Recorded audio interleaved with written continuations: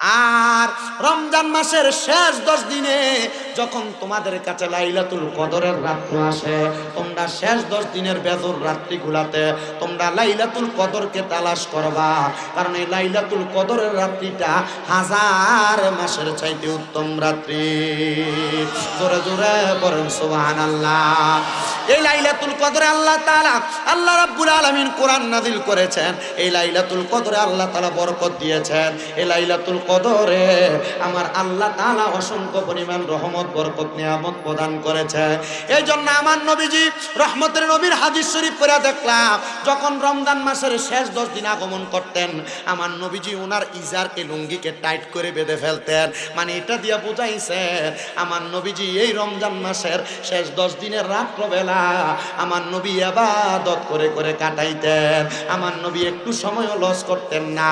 এজন্য রমজান মাসের শেষ 10 দিনে আপনারা যারা যারা আমার বয়ানটা শ্রবণ করতেছেন, রমজানের শেষ 10 দিন ওই কদরের রাত্রিকে তালাশ করবেন আর আল্লাহর কাছে কান্নাকাটি করবেন, আল্লাহ রিজিক দাও, কামাই দাও, বরকত দাও, রোগ বালা মুসিবত মাফ করো। আপনারা বলেন লাইলাতুল কদরের উসিলায় আমার আল্লাহ তাআলা আমরারে মাফ করতে পারে কি পারে না?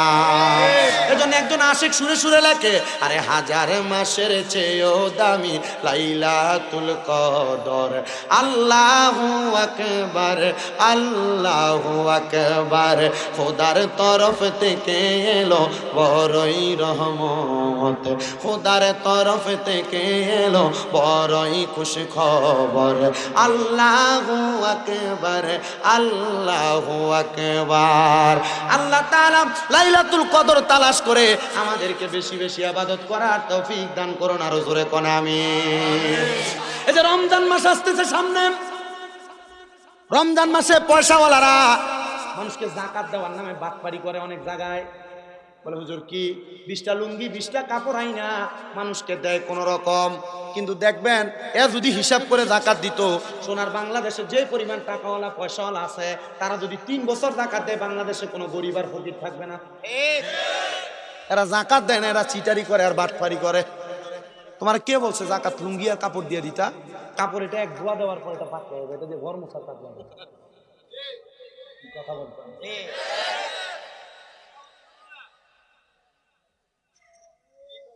ঠিক আছে?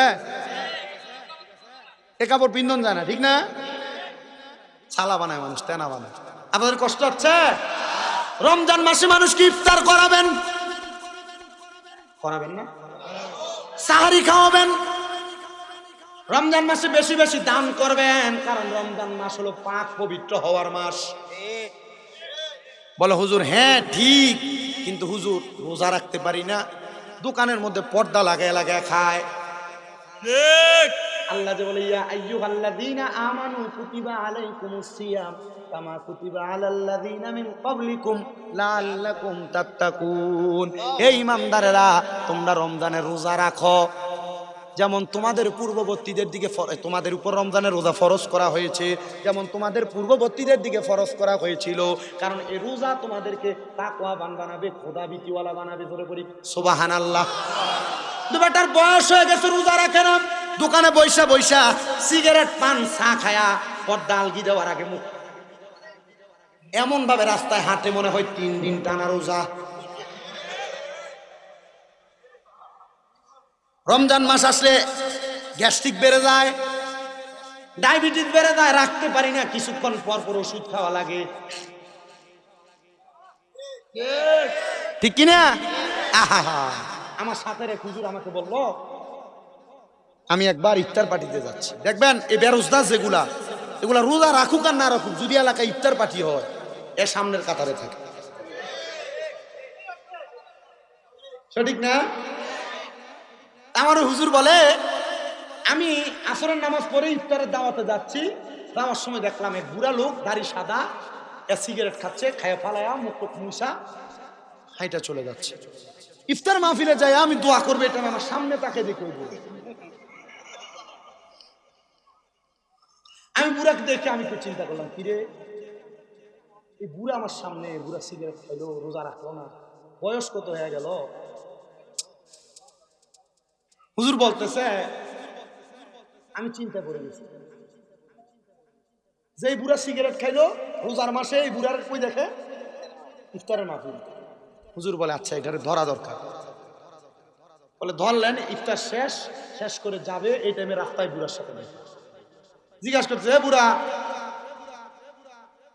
তুমি যে ইফতারের আগে দেখলাম ওখানে দাঁড়িয়ে দাঁড়িয়ে সিগারেট খাও, ঠিক আছে? বলে হ্যাঁ। ইফতারে গেলা, তুমি তো রোজা নাই, কারণ নবীজি বলছেন যেই ব্যক্তি রমজানের রোজা রাখে না এই ব্যক্তি যেন ঈদুল ফিতরের ঈদগার কাছে দিও না। যে ব্যক্তি রোজা রাখে না সে ব্যক্তি যেন ঈদুল ফিতরের ঈদগার মাঠের কাছেও না আসে। না আসে তো ঠিক আছে, কাছেও না আসে, কিন্তু দেখবেন ঈদের দিনে সুন্দর সুন্দর জামা কাপড় বেরোজগার বেশি করে, ঠিক কিনা? তো জিজ্ঞাসা করলো, হে বাবা, আপনি যে রোজা রাখেন নাই, আপনি যে ইফতারের সামনে গেলেন, মুরব্বী ওই হুজুরকে উত্তর দেখি জানেন? শুনবেন আপনারা? মুরব্বী বলতেছে, না, আল্লাহ যদি আমার প্রশ্ন করে রমজানের রোজা রাখস নাই, ইফতার খাওয়ায় তো বরকতওয়ালা কাজ, রোজার ইফতারটাও করতে পারলি না, তখন আমি আল্লাহরে কি বলবো? এজন্য আমি ওই রমজানের রোজা রাখি নাই, কিন্তু ইফতারে বরকত আছে, এজন্য ইফতার করতে গেছি। চিন্তা করছেন? এটা শয়তান, কিন্তু এটা ইন্টারন্যাশনাল শয়তান। কারণ আল্লাহ তাআলা রমজান মাসে শয়তানকে আবদ্ধ করে ফেলে। এটা জিন শয়তান, কিন্তু মানুষ শয়তান গুলা তো আছে। নাহলে রমজানে মারামারি হইতো না, রমজানে কাটাকাটি হইতো না। রমজান মাসে সোনার বাংলাদেশের ব্যবসায়ীদের একটা স্বভাব হয়ে যায়। কি স্বভাব? এরা বুট, ডাল, চিনি, তেল, খেজুর গুদামজাত করে, ওইরা বাজারে এগুলা সংকট দেখায় এগুলার দাম বাড়াইয়া গোডাউন থেকে আইনে এনে বেচে। এগুলা সিটার ব্যবসায়ী। কি ব্যবসায়ী? আমি সোনার বাংলাদেশকে সোনার বাংলাদেশ ততক্ষণ বলবো না যতক্ষণ সোনার বাংলাদেশের এই সিটাররা আস্তে আস্তে সিটারি করা বন্ধ না করবে। কথা বলেন না কেন? সোনার বাংলাদেশ সোনার দেশ তবেই হবে, সোনার ছেলেরা সোনার মতো ব্যবহার করবে যবে। এটা আমারই কথা। সোনার বাংলাদেশ সোনার হবে তবে সোনার ছেলেরা সোনার ব্যবহার করে চিটারি বাটপারি ছাড়বে যবে। রমজান মাসে চিটারি বন্ধ নাই, মারামারি বন্ধ নাই, কাটাকাটি বন্ধ নাই, ওজনে কম দেওয়া বন্ধ নাই। তার মানে বোঝা যায় আল্লাহ জিন শয়তান বন্ধ করে, এই মানুষ শয়তানকে বন্ধ করে। কথা বলেন না ঠিক কিনা? রমজান মাসে মানুষকে ইফতার করাবেন। নবীজি বলতেছে রমজান মাসে কেউ যদি কোনো মুসলমানকে একটা খেজুর দ্বারা, এক গ্লাস দুধ দ্বারা অথবা এক গ্লাস পানি দ্বারা তাকে ইফতার করায়, আল্লাহ তাআলা তার জন্য জান্নাতি খাবারের ব্যবস্থা করে। ইফতার করাবেন তো ইনশাআল্লাহ? যাদের সামর্থ্য আছে এলাকার গরিব দেখে দেখে আপনি ইফতার রান্না করে না খাওয়ান, কাঁচা ইফতার তাদেরকে দিয়ে দিবেন তো ইনশাআল্লাহ? নবীজি বলেন রমজানের 30টা রোজা যেই ব্যক্তি একটানা রাখবে, আল্লাহ তাআলার জাহান্নামের আগুন তাকে স্পর্শ করবে না। খাবার কথা বলছেন, আমি আশ্বাস করতেছি রমজানের একটু ফজিলতের কথা না বললে রমজানের কথা হবে না। সামনে রমজান আসতেছে, ঠিক না? রহমতের নবী বলে শুধু তাই নয়, তোমরা যখন রমজানের সাহারি করো, ওই সাহারিতে অধিক পরিমাণ বরকত, তোমরা সাহারি খাও। ইহুদিদের মাঝে আর মুমিনদের মাঝে, মুসলমানদের মাঝে পার্থক্য হলো, মুসলমানরা ইমানদাররা উম্মতে মুহাম্মদীরা সাহারি খায় আর ইহুদিরা সাহারি খায় না। এজন্য তোমরা সাহারি খাও, অপরকে খাওয়াও। তারাবিও পড়ো, তারাবিতে অসংখ্য বরকত আছে। তারাবি 30টা তারাবি যারা আদায় করে, আল্লাহ তাআলা 30টা তারাবিতে 30টা বরকত তাদেরকে দেয়। তিরমিজি শরীফের সুনানের ইবনে মাজাহ শরীফের মধ্যে হাদিসটা বর্ণনা, নবীজি বলতেছে তোমরা তারাবির নামাজও ঠিকভাবে আদায় করো। আরেকটা কথা আপনাদেরকে বলে দিয়ে যায়, মুসলমান ইমানদারেরা, এখানে দেখবেন ওই যে যাকাতের কথা বলতেছিলাম, অনেকে যাকাত দেওয়াটাকে জরিমানা মনে করে, যাকাত দিতে চায় না, একজন আরেকজনকে মাল দিতে চায় না। আল্লাহর নবীজির জামানা আসার আগে ফেরাউন যাকাত দেয় নাই, নমরুদ যাকাত দেয় নাই, কারুন যাকাত দেয় নাই। আপনারা দেখবেন বালির মধ্যে যে কিচির মিচির করে, এগুলা কারুনের সম্পদ। এরা বলছিল আল্লাহ তাআলা যাকাত দেওয়ার জন্য যাকাত দেয় নাই, আল্লাহ সেকেন্ডে তার সম্পদগুলা মাটির সাথে মিশিয়ে দিছে। আর বলেছে কিয়ামতের আগ পর্যন্ত যারা যাকাত দিবে না তারা যেন দেখে আমি আল্লাহ কারুনের সম্পদ মাটির সাথে মিশিয়ে দিছি। মনে রাখবেন, যাকাত দেওয়া জরিমানা না, যাকাত দিলে আল্লাহ তাআলা সম্পদে বরকত দেয়, সম্পদ নিরাপদ হয়, সম্পদ পবিত্র হয়। তাহলে যাকাত দিলে তিনটা উপকার হয়। 1 নাম্বার সম্পদ পবিত্র হয়, 2 নাম্বার সম্পদ নিরাপদ হয়, 3 নাম্বার সম্পদ বাড়ায়া দেয় একজন, তিনি কে? যাকাত দিবেন, বেশি বেশি করে যাকাত দিবেন। যদি আপনি 7.5 ভরি পরিমাণ স্বর্ণের মালিক হন অথবা তার সম পরিমাণ টাকার মালিক হন, আপনি সম্পদের যাকাত প্রদান করবেন। বলো হুজুর কেন? ও বাবা, ছোট্ট একটা ঘটনা বলি। এক ব্যক্তির বাড়ি ঘরের পাশে একবারে সব বাড়ি ঘর জ্বলে পুড়ে ছাইকাই হয়ে যাচ্ছে। তার বাড়িতে যাইয়া 2-3টা বাড়ি থাকার কারণে একজন যায় তারে খবর দেয়, তোমার বাড়ির পাশে আগুন লেগে সব পুড়ে যাচ্ছে, তুমি তাড়াতাড়ি যাও, তোমার বাড়ির পাশে তুমি পানির ব্যবস্থা করো যেন তোমার বাড়িতে পানি না লাগে। সে বলে, পুরো গিয়া যার বাড়ি পড়তেছে সে তার আগুন নিভাবে, আমার বাড়িতে আগুন লাগবে না। সবাই তারা পাগল পাগল বলে খেপাচ্ছে। তারা জিজ্ঞাসা করে, আরে তোমার পাশের ঘরে তো আগুন লাগছে, তুমি কেন বাইর হও না? বলে, না, আমি আমার নিজের বাড়ির যাকাত আদায় করেছি। আল্লাহ বলেছে যাকাত আদায় করলে আমার বাড়ি রক্ষা করা, আমার সম্পদ রক্ষা করা আল্লাহর দায়িত্ব। তো আমি তো যাকাত দিয়েছি, আল্লাহই তো আমার বাড়ি রক্ষা করবে। এই যে দেখেন, ঢাকা শহরে বড় বড় মার্কেট পুড়া যায়, বড় বড় ব্যবসা প্রতিষ্ঠান পুড়া যায়, বড় বড় কলকারখানায় আগুন লাগে, খবর নিয়ে দেখেন তলে তলে এরা যাকাত দেয়। বুঝতে পারছেন তো? এই যাকাত না দিলে আপনার সম্পদ অনিরাপদ। যাকাত না দিলে সম্পদ অনিরাপদ। দেখবেন এ যাকাত না দিয়া সুন্দর বিল্ডিং বানাইছে, ঠিকছে মতো থাকে, এ রাত্রে ভালো করে ঘুমাইতে পারে না, এ ডাক্তারের কাছে যায়, ঘুমের ওষুধ দাও তো। আর যে ব্যক্তি রিক্সা চালায়, এর টাকা পয়সার কোনো টেনশন নাই। যে ব্যক্তি ক্ষেত খামারে কাজ করে, এর টাকা পয়সার কোনো টেনশন নাই, আরামসে বাড়িতে আইসা কোনোরকম তরকারি মাথায় ভাত খেলে ঘুমাই, কি ঘুম, শান্তির ঘুম, ঠিক কিনা?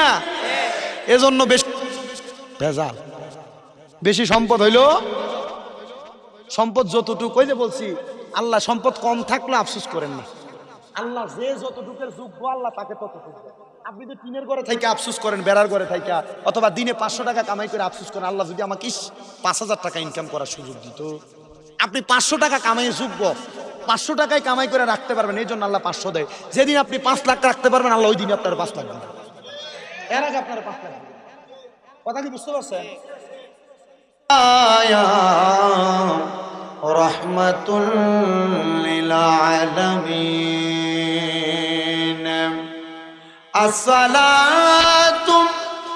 আসসালামু আলাইকুম ইয়া কুল্লাল আম্বিয়া।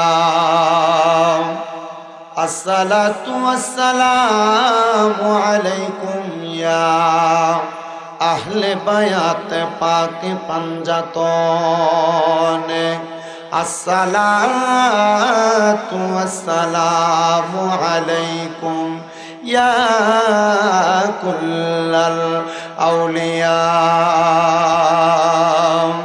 আলহামদুলিল্লাহি ওয়াসসালাতু আলা নবিহি ওয়াল ওয়াজনু ওয়াল আদলু ওয়াল ফাদলু ওয়ান নাজমু বিল জুজাম বিওয়াহদাতিহি বিকিবরিয়াইহি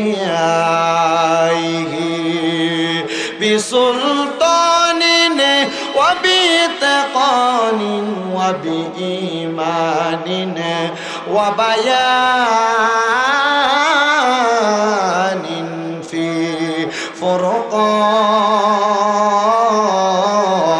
ফুরকান ওয়াহদাহু লা শারীকা লাহু ওয়া লা নাযীরা লাহু ওয়া লা মিসলা লাহু ওয়া লা মিসালা লা। আজমালা আনওয়ারা লাহু ওয়া নাশহাদু আন্না সাইয়্যিদানা ঈমানানা ওয়া খুতওয়াতানা ওয়া সানাতানা মুহাম্মাদুর রাসূলুল্লাহ সাল্লাল্লাহু আলাইহি ওয়াসাল্লাম। আল্লাযী আরসালাহু বিল হাক্কি বাশীরা ওয়া নাযীরা ওয়া দাঈয়ান ইলাল্লাহি বিইযনিহি ওয়া সিরাজা ওয়া কমারাম মুনীরা। একটা জবান বন্ধ রাখবেন না, সবাই জবান খুলে বায়ার সুরে পড়েন আল্লাহু আকবার। এই আমার এই জামালপুরের অন্তর্গত এই লক্ষ্মীরচর দরগা তোলাইগা মাঠে এত সুন্দর জান্নাতের বাগানে আপনারা যারা উপস্থিত হয়েছেন, আমার মুরব্বী বাবারা, যুবক নজওয়ান ভাইয়েরা, ছোট্ট ছোট্ট মাসুম বাচ্চারা, পর্দার অন্তরালের আমার মা বোনেরা গো, একটু অন্তরের কানটা লাগায় শুনবেন। আমি আপনাদেরকে আল্লাহু আকবার বলতে বললাম, কেউ আস্তে বলেছেন, কেউ জোরে বলেছেন, আবার দেখলাম একজন আরেকজনের মুখের দিকে তাকায় আছেন। না রে মুসলমান, এমন আস্তে জোরে করে বললে হবে না, একটু মুহাব্বত নিয়ে আল্লাহু আকবার বলা লাগবে। কারণ কি জানুনি গো, আমার আল্লাহ তাআলা জানে দেয় জগতের বান্দার দলেরা, ওয়াশকুরু নি'মাতাল্লাহি আলাইহিম ইন কুনতুম ইয়াহু তা'বুদুন। আমার আল্লাহ বলে, বান্দা তোমরা আমি আল্লাহর নিয়ামতের শুকরিয়া আদায় করো যদি তোমরা আমি আল্লাহর ইবাদত করো। আপনারা বলেন নামাজ, রোজা, হজ, যাকাত, দান, সদকা, যত রকমের ইবাদত আছে, আমরা সকল ইবাদত করি একজনের জন্য, তিনি কে? ওই আল্লাহরে খুশি করার জন্য। ডান হাত তুলে জোরে ডাকবেন আল্লাহ। এ আওয়াজ মানি না, দুইটা হাত তুলে পড়েন ইয়া রাসূলুল্লাহ, উচ্চ কণ্ঠে পড়েন ইয়া ওলি আল্লাহ। জগতের বন্ধুরা রে, ও নবীর উম্মতের দল, জবানের মালিক যেহেতু আমার আল্লাহ, আল্লাহর দেওয়া জবান দিয়ে আলোচনাটা শ্রবণ করার চেষ্টা করবেন আর শুনবেন। বলে হুজুর কেন গো, কেন আমরা আল্লাহর দেওয়া জবান দিয়ে এখানে বইসা সুবহানাল্লাহ আলহামদুলিল্লাহ বললে আমাদের লাভটা কেমন হবে? আমার নবী বলে, উম্মত, দুনিয়ার জমিনের ভিতরে আল্লাহর কোন বান্দা যদি তার জবান দ্বারা আল্লাহ তাআলার প্রশংসা করে, আল্লাহ তাআলার শুকরিয়া আদায় করে, আমার আল্লাহ তাআলা ওই বান্দাকে অসংখ্য নেয়ামত প্রদান করে। মায়ার নবী গো, কেমন নেয়ামত প্রদান করে আপনি বলেন না? আপনাদের এলাকায় অনেক মানুষ আছে বেড়ার ঘরে ঘুমায়, অনেক মানুষ আছে বিল্ডিং ঘরে ঘুমায়, অনেক মানুষ আছে টিনের ঘরে ঘুমায়, কিন্তু মুসলমান এত বেড়ার ঘরের মধ্যে ঘুমায় ঘুমায় স্বপ্ন দেখে, আল্লাহ যদি আমার একটা দামি বিল্ডিং বানানোর ক্ষমতা দিত। আবার যেই ব্যক্তি টিনের ঘরের মধ্যে ঘুমায়, সেও ক্ষমতা টিনের ঘরে শুয়া স্বপ্ন দেখে, আল্লাহ যদি আমার একটা জামালপুর শহরে বিল্ডিং বানানোর ক্ষমতা দিত। আবার যেই ব্যক্তি বিল্ডিং ঘরে ঘুমায়, সেই ব্যক্তি চিন্তা করে, না রে, আমার একটা বিল্ডিং, আল্লাহ যদি আমার আরেকটা বিল্ডিং করার ক্ষমতা দিত। বোকার দল বুঝে না, আমার আল্লাহ তাআলার প্রশংসা যদি বেড়ার ঘরে থাইকা টিনের ঘরে থাইকা করত, আমার আল্লাহ তাআলা ওই বান্দারে বেড়ার ঘরে দামি বিল্ডিং ঘরের আরাম দান করত। কথা কন্যা ঠিক কিনা? এই জন্যই তো আশেক বলতেছে শুকরিয়া, শুকরিয়া, শুকরিয়া জানাই তুমি কত বড় মহান আল্লাহ, দয়ার সীমা নাই। বলেন শুকরিয়া, শুকরিয়া, শুকরিয়া জানাই তুমি কত বড় মহান আল্লাহ, দয়ার সীমা নাই। আল্লাহ তোমার দয়ার নাই পারাপার, ও মহান আল্লাহ পরওয়ার তোমার দয়ার নাই পারাপার, ও মহান আল্লাহ পরওয়ার দয়া ভরা তামাম জাহান যেদিকে তাকাই। শুকরিয়া, শুকরিয়া, শুকরিয়া জানাই তুমি কত বড় মহান আল্লাহ, দয়ার সীমা নাই। বলেন কত বড় মহান আল্লাহ, দয়ার। তুমি পাহাড় ভাঙ্গা সাগর করো, সাগর বইরা নগর করো, পাহাড় ভাঙ্গা সাগর করো, সাগর বইরা নগর করো, ধনীরে গরিবি বানাও, ফকিরকে বাদশাহ। বলেন ধনীরে গরিবি বানাও, ফকিরকে বাদশাহ। শুকরিয়া, শুকরিয়া, শুকরিয়া জানাই তুমি কত বড় মহান আল্লাহ, দয়ার সীমা নাই। একটা জবান বন্ধ রাখবেন না, চিৎকার মেরে বলেন আল্লাহু আকবার। ও বন্ধু গো, ও মুসলমান ইমানদারের দলেরা, আমরা যেহেতু আল্লাহ তাআলার শুকরিয়া আদায় করব, সাহাবায়ে কেরাম আমার নবীকে প্রশ্ন করি, ইয়া রাসূলুল্লাহ, ও মায়ের নবী, ও দয়ার নবী, রাহমাতুল লিল আলামিন নবীজি, আপনার কাছে জানতে চাই, আপনি বলেন না আল্লাহ তাআলার শুকরিয়া কেমনে আদায় করে? আমার নবী বলে, তিনটা মাধ্যমে আল্লাহ তাআলার শুকরিয়া আদায় করে। ও নবী গো, কোন তিনটা মাধ্যমে আল্লাহ তাআলার শুকরিয়া আদায় করে? আপনি ওই তিনটা মাধ্যম বলেন না। আমার নবী কয়, এক নাম্বার মাধ্যম হলো আমার আল্লাহ তাআলার শুকরিয়া আদায় করে আল্লাহর ইবাদত নামাজের মাধ্যমে। দুই নাম্বার হইল আল্লাহ তাআলার কোরআন তেলাওয়াতের মাধ্যমে। তিন নাম্বার হইল মা বাবার সন্তুষ্টি অর্জনের মাধ্যমে। এই তিনটা মাধ্যমে আল্লাহ তাআলার শুকরিয়া আদায় করা যায়। যেহেতু আমরা ইবাদত করার লক্ষ্যে এই মাহফিলে বসেছি, আসেন আমরা সবাই ওই আল্লাহরে খুশি করার জন্য মুহাব্বতের আওয়াজে উচ্চ কণ্ঠে আমার আল্লাহর কোরআনের তেলাওয়াত করি। আর পরি আউযু বিল্লাহি মিনাশ শাইতানির রাজিম, বিসমিল্লাহির রাহমানির রাহিম। লা ইউকাল্লিফুল্লাহু নাফসান ইল্লা উসআহা। قال تعالى في كلامه المجيد وفي فرقانه الحميد واعبدوا الله ولا تشركوا به شيئا وبالوالدين إحسانا. وقال في شان حبيبه ومحبوبه ومعشوقه مخبرا وآمرا إن الله وملائكته يصلون على النبي يا أيها الذين آمنوا صلوا عليه وسلموا تسليما. اللهم صل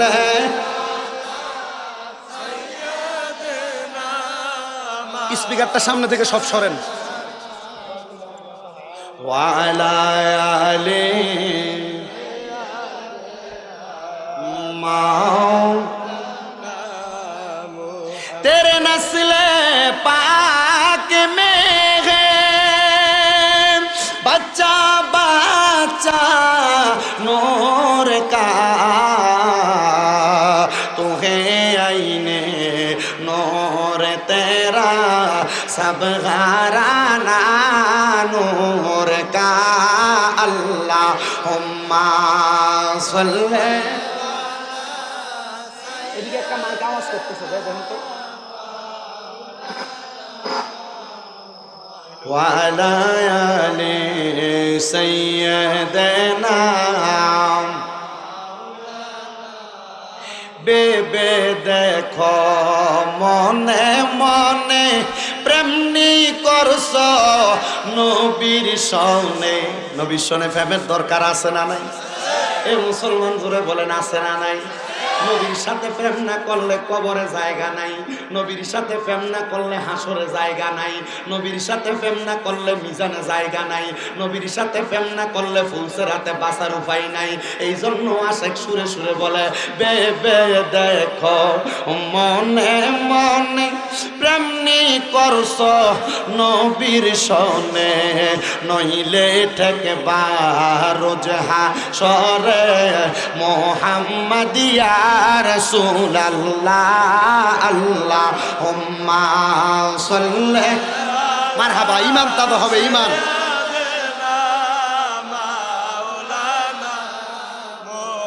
মাদ ওয়ালা আলি সাইয়্যিদানা। আমি জানতে চাই আমার জামালপুরের দরগা তোলার বাবারা, চল লক্ষ্মীর চরের বাবারা, নবীজির উপর দুরূদ শরীফ আদায় করলে লাভ আছে না নাই? এ বাবা, কিন্তু কেউ তো কারোর মুখের দিকে তাকায় আছে, জোরে জোরে পড়ে না আস্তে পড়ে। নবী আমার বলে, উম্মত, দুনিয়ার জমিনের মধ্যে সবচাইতে বখিল মানে কিপটা ওই ব্যক্তি যার সামনে আমি নবীর দুরূদ পড়া হয় কিন্তু তার জবানটাকে বোবার মতো করে রাখে। তার মতো বখিল পৃথিবীতে আর কোনো ব্যক্তি নাই। এজন্য বোবার মতো করে রাখবা না, মুহাব্বতের আওয়াজে দুরূদ শরীফ আদায় করবা। নবী আমার শুধু এই কথা বলে না, আমার নবী বলে, উম্মত, দুনিয়াতে যেই ব্যক্তি আমি নবীর প্রতি যত বেশি দুরূদ শরীফ আদায় করবে, জান্নাতের ভিতরে সেই ব্যক্তি আমি নবীর তত কাছাকাছি থাকবে। জোরে বলি সুবহানাল্লাহ। তাহলে ওই নবীর কাছাকাছি থাকার জন্য মুহাব্বতের আওয়াজে দুরূদ শরীফ পড়ি। আল্লাহুম্মা সাল্লি আলা সাইয়্যিদিনা, একটু পরে দেখবেন জায়গা হয় না, পর্দা খুলে দেওয়া লাগবে। মুহাম্মাদ ওয়া আলা আলি সাইয়্যিদিনা নবী গো শিখাইয়া প্রেম খেলা কইলু কাইলা কামলিওয়ালা, একবার দেখা দিয়া মিঠাও জালা পাক নামে মুহাম্মাদ আল্লাহুম্মা সাল্লি আলা সাইয়্যিদিনা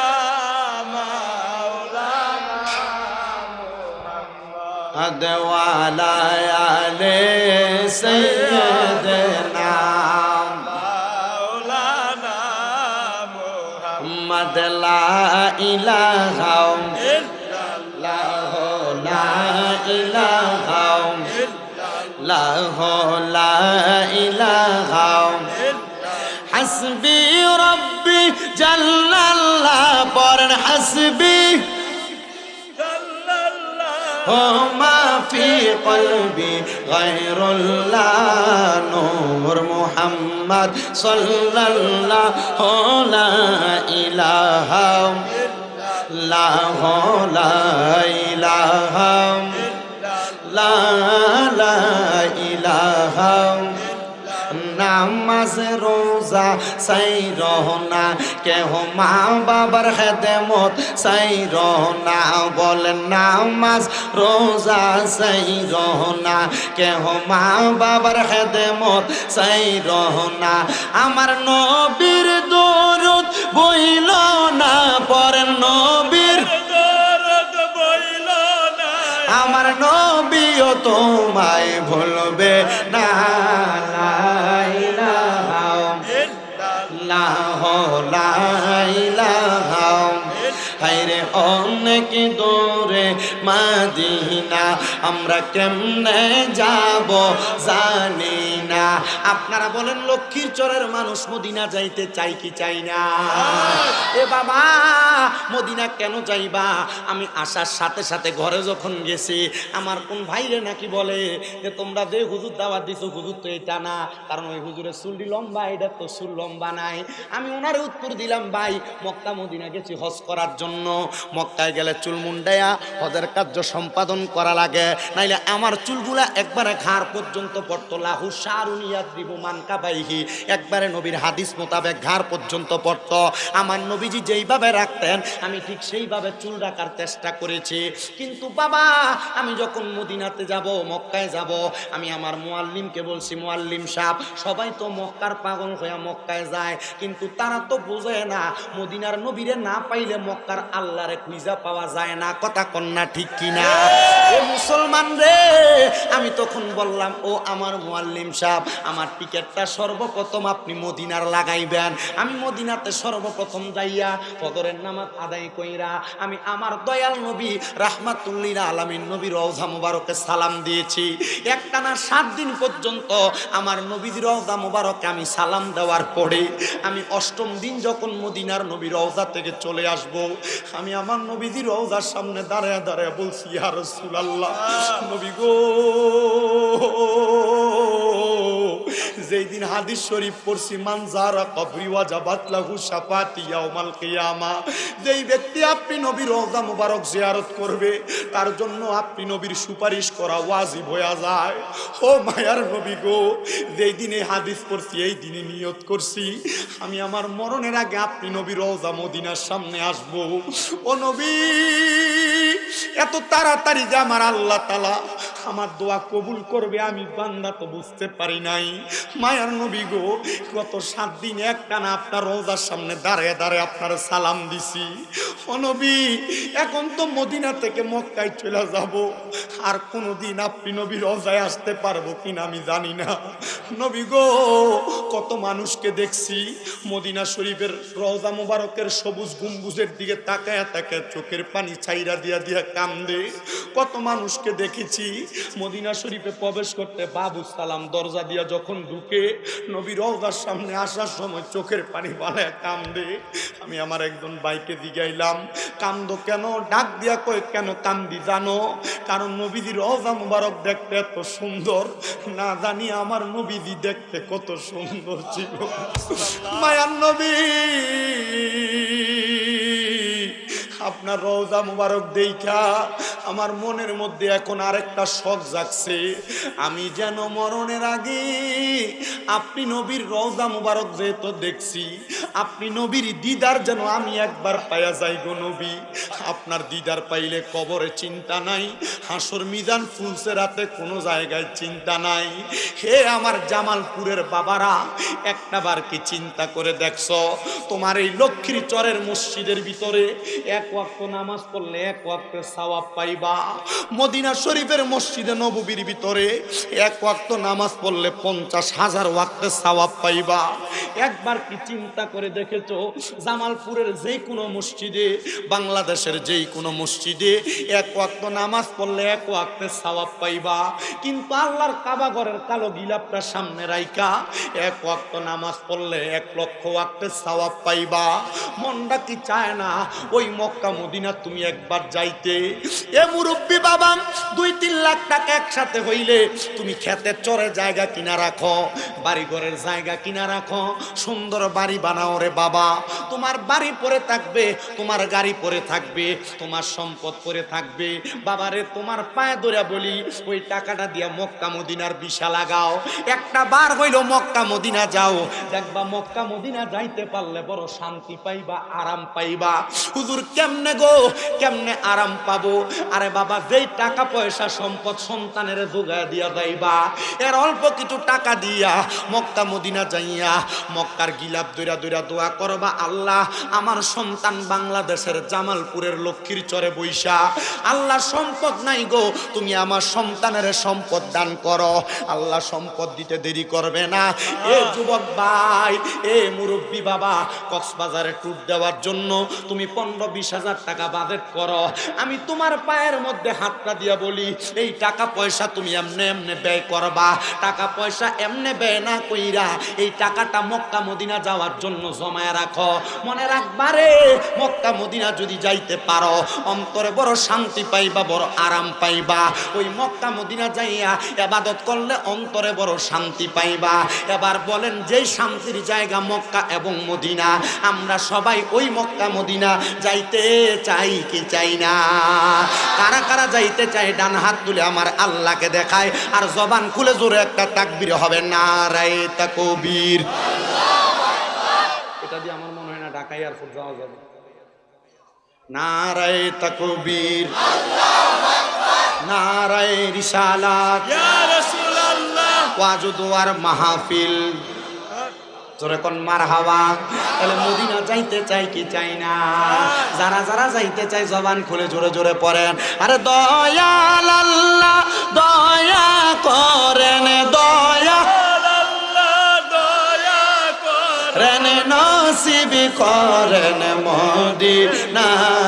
লা ইলাহা ইল্লাল্লাহ, লা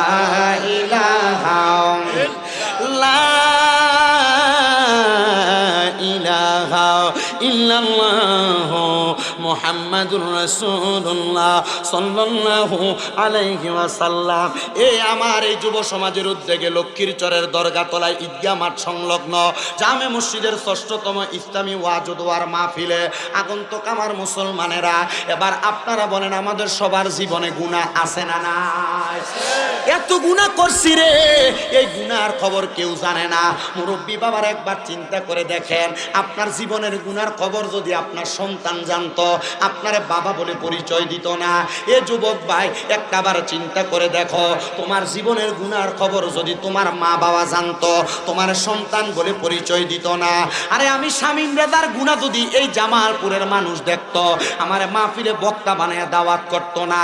এ পর্দার অন্তরালের মা, আপনাদের কাছে আবেদন জানাই গো মা, আপনাদের জীবনের গুনাহ যদি আপনার স্বামী দেখতো, আপনার স্ত্রী বলে পরিচয় দিত না।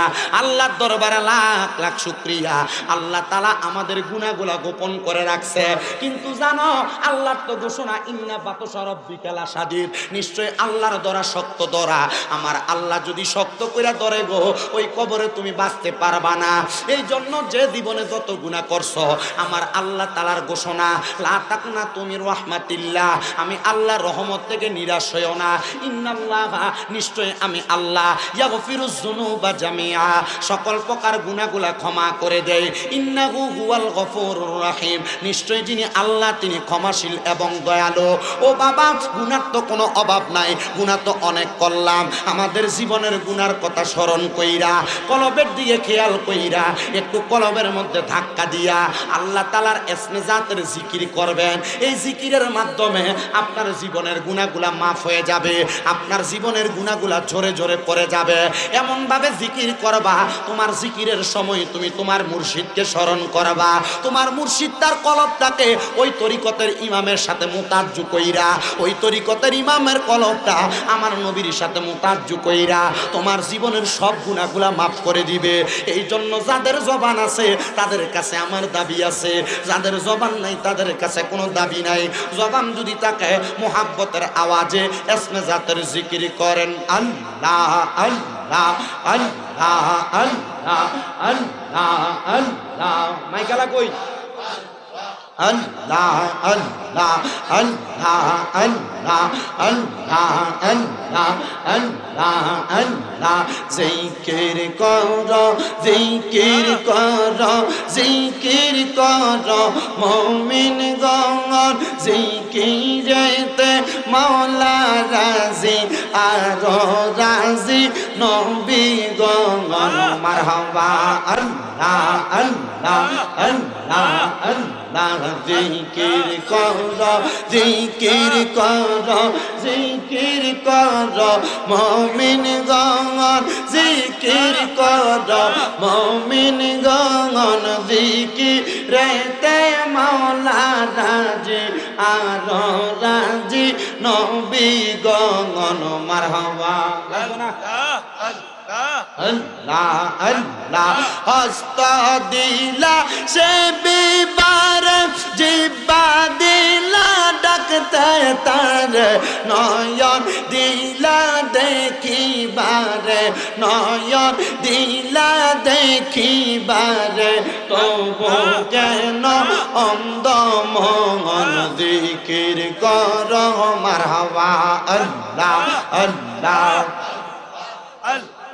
দিন ফরি আর ফেরেশতারা মাওলার জিকির করে তারা, মানুষ হইয়া তোমরা কেন মাওলার জিকির করো না? মারহাবা আল্লাহ আল্লাহ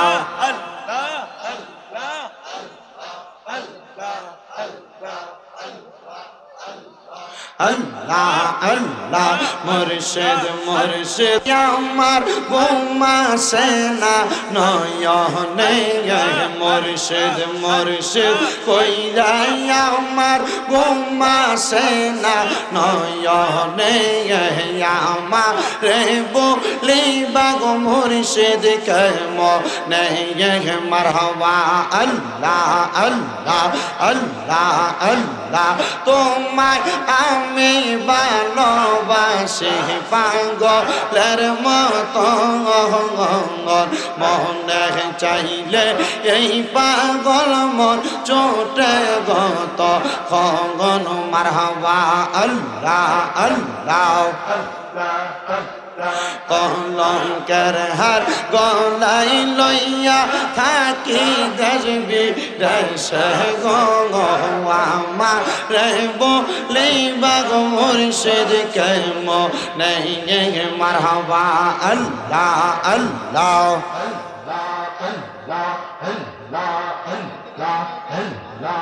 লা ইলাহা ইল্লাল্লাহ মুহাম্মাদুর রাসূলুল্লাহ সাল্লাল্লাহু আলাইহি ওয়াসাল্লাম। একটা জবানও বন্ধ রাখবেন না, জবানটা ছেড়ে দিয়ে উচ্চ কণ্ঠে জোরে জোরে পড়েন আলহামদুলিল্লাহ। আপনি আসেন, এখানে আসেন, চাইপে আসা লাগবে না, যে যেখানে সেখানে বসে থাক। যখন মানুষ জায়গা পাবে না নিজে এসে বলবে, কারণ এখন যদি চাপাচাপি করাইতে যান এ উঠলে চলে যাবে, কারণ এ জায়গাটা বসে গরম করছে, এখন ঠান্ডার সময় না। সবাই পড়ি আলহামদুলিল্লাহ। মুআজ্জিজ মুহতারাম, আজকে এই লক্ষ্মীচর দরগাতলা ঈদগাহ মাঠে জামে মসজিদের ৬ষ্ঠতম ইসলামী সম্মেলন যেনারা ইন্তজাম করেছে এলাকার যুব সমাজ।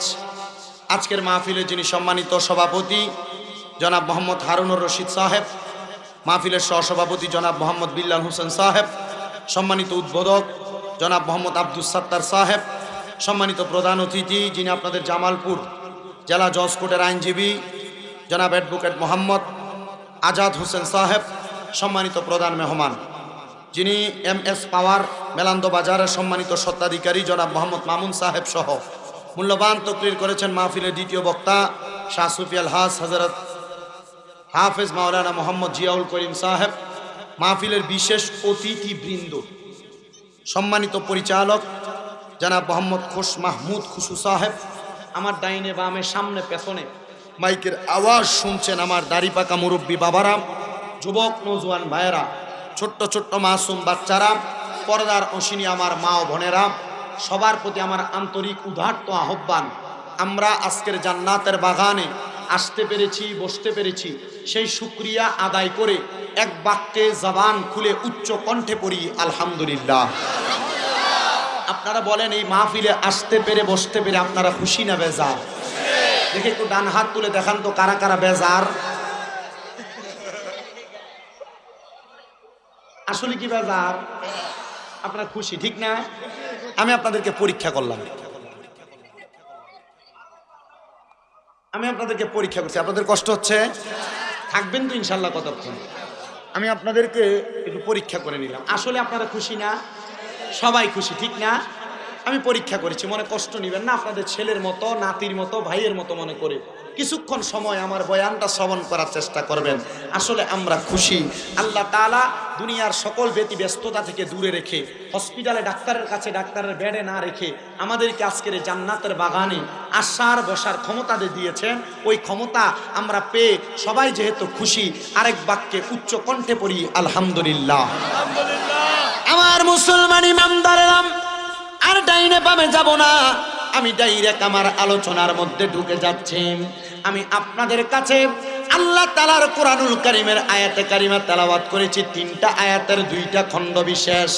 আমি চেষ্টা করব আপনাদের কাছে আল্লাহ তাআলার কোরআনুল কারীমের আয়াত মোতাবেক কথা বলার জন্য। আমার আল্লাহ তাআলা জানায়া দেয়, বান্দা বিসমিল্লাহির রহমানির রহিম, লা ইউকাল্লিফুল্লাহু নাফসান ইল্লা উসআহা। আমার আল্লাহ তাআলা জানায়া দেয়, বান্দার দলেরা, আমি আল্লাহ কারোর সাধ্যের বাহিরে কোনো কিছু তাকে চাপায়া দেই না। এ মুসলমানেরা, আপনারা যারা মাহফিলে এসেছেন, আল্লাহ তাআলা আপনার সাধ্যে রেখেছে মাহফিলে আসার জন্য। আর যারা রাস্তাঘাটে দোকানপাটে ঘোরাফেরা করতেছে, আল্লাহ তাদের সাধ্য রেখেছে রাস্তাঘাটে দোকানপাটে ঘোরাফেরা করার জন্য। তবে মনে রাখবেন, আপনারা যারা এই মাহফিলের মধ্যে বসে গেছেন, আপনাদের বংশের মানুষ, অনেকের মা নাই, অনেকের বাবা নাই, অনেকের দাদা দাদি আত্মীয় স্বজন অন্ধকার কবরে। আমার আল্লাহ তাআলা আজকের এই কোরআনের বাগানের ওসিলায় এদেরকে রুহুগুলাকে উন্মুক্ত করে দিয়েছেন। এই মাহফিলের ডাইনে এই মাহফিলের বামে, এই মাহফিলের সামনে, এই মাহফিলের পেছনে সকল কবরবাসীর রূহগুলা ঘোরাফেরা করতেছে। এ পর্দার অন্তরালের আমার মা, আপনার যদি মা না থাকে, আপনার যদি বাবা না থাকে, আপনার আত্মীয় স্বজন যারা অন্ধকার কবরে, আজকে আপনাদের সবার কাছে ফকির যেমন করে ভিক্ষা চায় এমন করে দোয়া কামনা করতেছে। যখন আপনার মাহফিলে বৈশা বৈশা তাদের জন্য দোয়া করবেন রে বাবা, এরা তখন কবরের মধ্যে ফিরত যাবে। আর কবরে ফিরত যাইয়া এরা দেখবে এদের কবরটাকে আমার আল্লাহ তাআলা বড় সুন্দর সাবলীল জান্নাতের বাগান করে দিছে। কিন্তু যারা এখনো পর্যন্ত রাস্তাঘাটে দোকানপাটে ঘোরাফেরা করতেছে, এদের আত্মীয় স্বজনরা যখন আইসা দেখবে যে রাহলে আওলাদ কেউ জান্নাতের বাগানে নাই, তখন তারা কবরে ফিরে যায় দেখবে তাদের কবরের মধ্যে আগের মতো আযাবই আছে। প্রশ্ন করবে রব্বে কারিম আল্লাহ, আমাদের কবরের মধ্যে এখনো তো আযাব দেখা যায়, আল্লাহ তুমি কি আমাদের কবরের আযাব মাফ করবা না? আমার সাথে অমুক ব্যক্তির কবরের আযাব মাফ, আল্লাহ কিন্তু আমার কবরের আযাব তো মাফ হয় নাই, আল্লাহ কেমনে মাফ করবা গো? আমার আল্লাহ তখন ওই কবরবাসীকে বলবে, তুমি এমন কোন আওলাদ দুনিয়াতে রেখে আসো নাই যে আওলাদ তোমার জন্য দোয়া করবে, যে আওলাদ তোমার জন্য দুনিয়ার জমিন থেকে ইসালে সওয়াব করে করে পাঠাবে। আব্বুজিরা, আজকে আপনারা যারা মাহফিলের মধ্যে বসেছেন, আপনাদের সবার কাছে আবদার জানাই, আপনারা সবাই আপনাদের বংশের মানুষের জন্য বেশি বেশি করে দোয়া করবেন, আমার আল্লাহ যেন আপনাদের বংশের কবরের আযাবগুলো মাফ করে দেয়। হায়রে মুসলমান, এ নবীর উম্মতের দল, আশিক রাসূল ভাইরা, মনোযোগ দিয়া শোনো গো, কেমন করে আমার আল্লাহ তাআলা একটা বংশের মানুষের কারণে আরেকটা মানুষের কবরের আযাব মাফ করে দেয়। আমি শুনেছি আল্লাহ তাআলার বান্দা যিনি বলখের জমিনে বসবাস করতেন, বলখের বড় মসজিদের মধ্যে ইমামতির দায়িত্ব পালন করতেন, ওই বান্দা বলতেছে দুনিয়ার জমিনের মধ্যে কেউ যদি কারোর জন্য দোয়া করে, ওই দোয়ার মাধ্যমে আল্লাহ তাআলা মানুষের ভাগ্যকেও পরিবর্তন করে দেয়। আর তাকদিরু লা ইয়ারুদ্দু, মানুষের ভাগ্য কোনোদিন পরিবর্তন হয় না, ইল্লা বিদুয়া, দোয়ার মাধ্যমে ভাগ্য পরিবর্তন হয়ে যায়। কবরবাসীর কবরের আযাব আপনি মাফ করতে পারবেন না, তবে আপনি যদি দোয়া করেন আল্লাহ তাআলা মাফ করে দিবে। বলে হুজুর কেন গো? ইমাম তিরমিজি রহমতুল্লাহ আলাইহি একটা বাক্য দিয়েছেন, একটা জানায়া দিয়েছেন মানুষের কাছে বাণী। বলে কেমন বাণী? বলে একটা মানুষ যদি সমুদ্রের মধ্যে পইরা ডুবতে লাগে, এমন টাইমে যদি একটা নৌকা যাইয়া ওই মানুষটাকে নৌকাতে উঠায়া বাঁচায়া দেয়, ওই মৃত ব্যক্তি থেকে মৃত থেকে ফিরে আসার সময় সে যত খুশি হবে। একটা কবরবাসীর জন্য তার সন্তান দোয়া করলে, একটা কবরবাসীর জন্য তার নাতিরা দোয়া করলে, ওই কবরবাসীরা তার চাইতে আরো বেশি খুশি হয়ে যাবে। মুসলমান, কি তোমার সমস্যা কি? কানে ধরে দাঁড় করে রাখবো না? মাইরো না, মাইরো না বাবা, মাইরেন না। তুমি মোবাইল পকেটে ঢুকাও তো, না মোবাইল পকেটে ঢুকাও, মোবাইল তো তোমার থেকে বড় বাবা, তুমি মোবাইল পকেটে ঢুকাও। তোমরা তিনজন, তোমাদের শরম করলো না এখানে যে কাজটা করলা তোমরা তিনজনে মিলা? বুঝছি, অসুবিধা নাই, আমি জানি, বোঝে নাই, কিন্তু সবাই যদি ধমকায় পড়ে তো এটা বাক হয়ে যাবে। সবাই না, আমি বলছি আমারটা ঠিক আছে, আপনারটা ঠিক, আপনি যেটা করছেন এটাও ঠিক, কিন্তু সবাই যদি কয় পরে তো এটা বাঁকা হয়ে যাবে, বাঁকা করা যাবে না, ঠিক না? আল্লাহ কবুল করেন, জোরে পড়ে না আমিন। তো যেই কথা বলতেছিলাম, এ মুসলমানেরা, আপনি কবরের আযাব মাফ করাইতে পারবেন না, তবে আপনি দোয়া করলে আল্লাহ কবরের আযাব মাফ করাবে। কথা বলেন না ঠিক কিনা? বলা খেলাকার হযরতে আবুল হাসান হাসানী রহমতুল্লাহ আলাইহি তিনি বলতেছেন, আমি একটা আমল করতাম, প্রত্যেকদিন ফজরের নামাজ আদায় করে ফজরের নামাজের পরে সূর্য ওঠার আগ পর্যন্ত আমি নামাজের মুসল্লা ত্যাগ করতাম না। মেশকাতুল মাসাবির বাবু সালাত অধ্যায় খুইলা দেখবেন, আমার নবীজিও এমন করতেন। নবী যখন ফজরের নামাজ পড়তেন, সূর্য উদয় হওয়ার আগ পর্যন্ত আমার নবী নামাজের মুসল্লা ত্যাগ করতেন না। ইয়া রাসূলুল্লাহ কেন? বলে সূর্য উদিত হইলে আমি নবী 2 রাকাত নামাজ আদায় করতাম, যেই নামাজের নাম হলো চাশতের নামাজ, যে নামাজের নাম হলো চাষতের নামাজ। আমার নবীজি 2 রাকাত নামাজ আদায় করতেন। সূর্য ওঠার আগ পর্যন্ত নবী আমার নামাজের মুসল্লার মধ্যে বৈশা বৈশা জিকির আজকার করতেন। এ বাবা, আপনারা যারা মাহফিলে বসেছেন, আপনাদের সবার কাছে আবদার, ফজরের নামাজ পড়ার পর চেষ্টা করবেন একটু আমলের মাত্রাটা বাড়ায়া দেওয়ার জন্য। বলে হুজুর কেমনে গো, কেমনে আমি মাত্রা বাড়াবো? আমি তো ফজরের নামাজই পড়ি না, যোহরের নামাজই পড়ি না, আসরের নামাজই পড়ি না, মাগরিবের নামাজই পড়ি না, এশারের নামাজই পড়ি না। না না না, মনে রাখবেন ফজর, যোহর, আসর, মাগরিব, এশা, এই 5 ওয়াক্ত নামাজ ছাড়া আরো কিছু নামাজ আছে। হুজুর কোন নামাজ? আপনার কাছে জানতে চাই। আপনারা একটু আমার সাথে সাথে ধরার চেষ্টা করেন। ফজরের আগে একটা নামাজ আছে, যেই নামাজের নাম তাহাজ্জুদের নামাজ। ফজরের পরে একটা নামাজ আছে, যেই নামাজটা সূর্য উদয় হওয়ার সাথে সাথে পড়ে। এই নামাজটার নাম হলো চাষতের নামাজ। ফজরের নামাজের পরে চাষতের নামাজ পড়ার পর সূর্য উদয় হওয়া থেকে সূর্য ডুবার আগ পর্যন্ত 2 রাকাত একটা নামাজ পড়ে, যে নামাজের নাম হলো দোহার নামাজ। মারহাবা বললেন না? কি নামাজ? দোহার নামাজ। এ মুসলমান, আরেকটা নামাজ পড়ে মাগরিবের নামাজের পরে, এই নামাজের নাম আওয়াবিনের সালাত। আরেকটা নামাজ পড়লে মানুষ বিপদ আপদে পড়লে সেটার নাম সলাতুল হাজতের নামাজ। আরেকটা নামাজ পড়ে যেই নামাজটার নাম সলাতুল ইস্তেসকার নামাজ। আরেকটা নামাজ পড়ে যেই নামাজটা জীবনে একবার হইলেও পড়া উত্তম, সেটা হলো সলাতুত তাসবির নামাজ। আরেকটা নামাজ পড়ে যেই নামাজটা 100 রাকাত, ওই নামাজের নাম সলাতুল খায়রের নামাজ। সুবহানাল্লাহ। আরো জোরে নাই? এই ফরজ ইবাদতের পাশাপাশি আল্লাহর কোন বান্দা যদি নফল ইবাদত করে, ওই বান্দা আর আল্লাহর বান্দা থাকে না, ওই বান্দাটা আল্লাহর বান্দা থেকে বন্ধুতে রূপান্তরিত হয়ে যায়।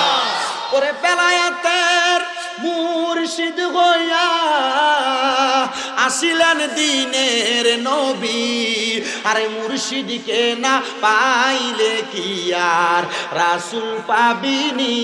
বলে মুর্শিদকে না পাইলে কি আর রাসূল পাবিনি?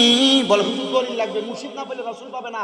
আল্লাহর কোরআনের ঘোষণা, কুল আতিউল্লাহ ওয়া আতিউর রাসূল ওয়া উলিল আমরি মিনকুম। বলে তোমরা যদি আল্লাহর ইতাআত করতে চাও, রাসূলের ইতাআত করো। যদি রাসূলকে পাইতে চাও, উলিল আমর যারা যারা দুনিয়ার জমিনে সবচাইতে বেশি আমলওয়ালা, আল্লাহর নেককার বান্দা, তোমরা তাদের ইতাআত করো, তোমরা রাসূল পাবে, আল্লাহ পেয়ে যাবে। জোরে সুরে পড়ি সুবহানাল্লাহ। আর মুহাব্বতের আওয়াজে বলেন না সুবহানাল্লাহ। এই নফল ইবাদত করতে করতে হযরতে আবুল হাসান হাসানী রহমতুল্লাহ আলাইহি তিনি বলে, আমি আল্লাহ তাআলার নৈকট্য অর্জন করার চেষ্টা করতাম।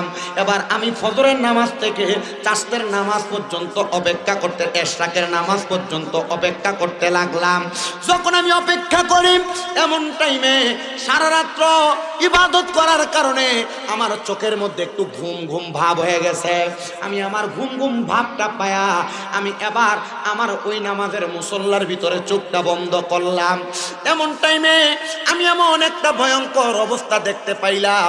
আমি দেখতে পাইলাম একটা মানুষ শরীরের মধ্যে সুন্দর পোশাক পরা, কিন্তু তার নাভি থেকে মাথার তালু পর্যন্ত আগুন নাই, কিন্তু নাভি থেকে পায়ের তালু পর্যন্ত আগুন ধাউ ধাউ করে জ্বলতেছে। আমি অবাক হইলাম।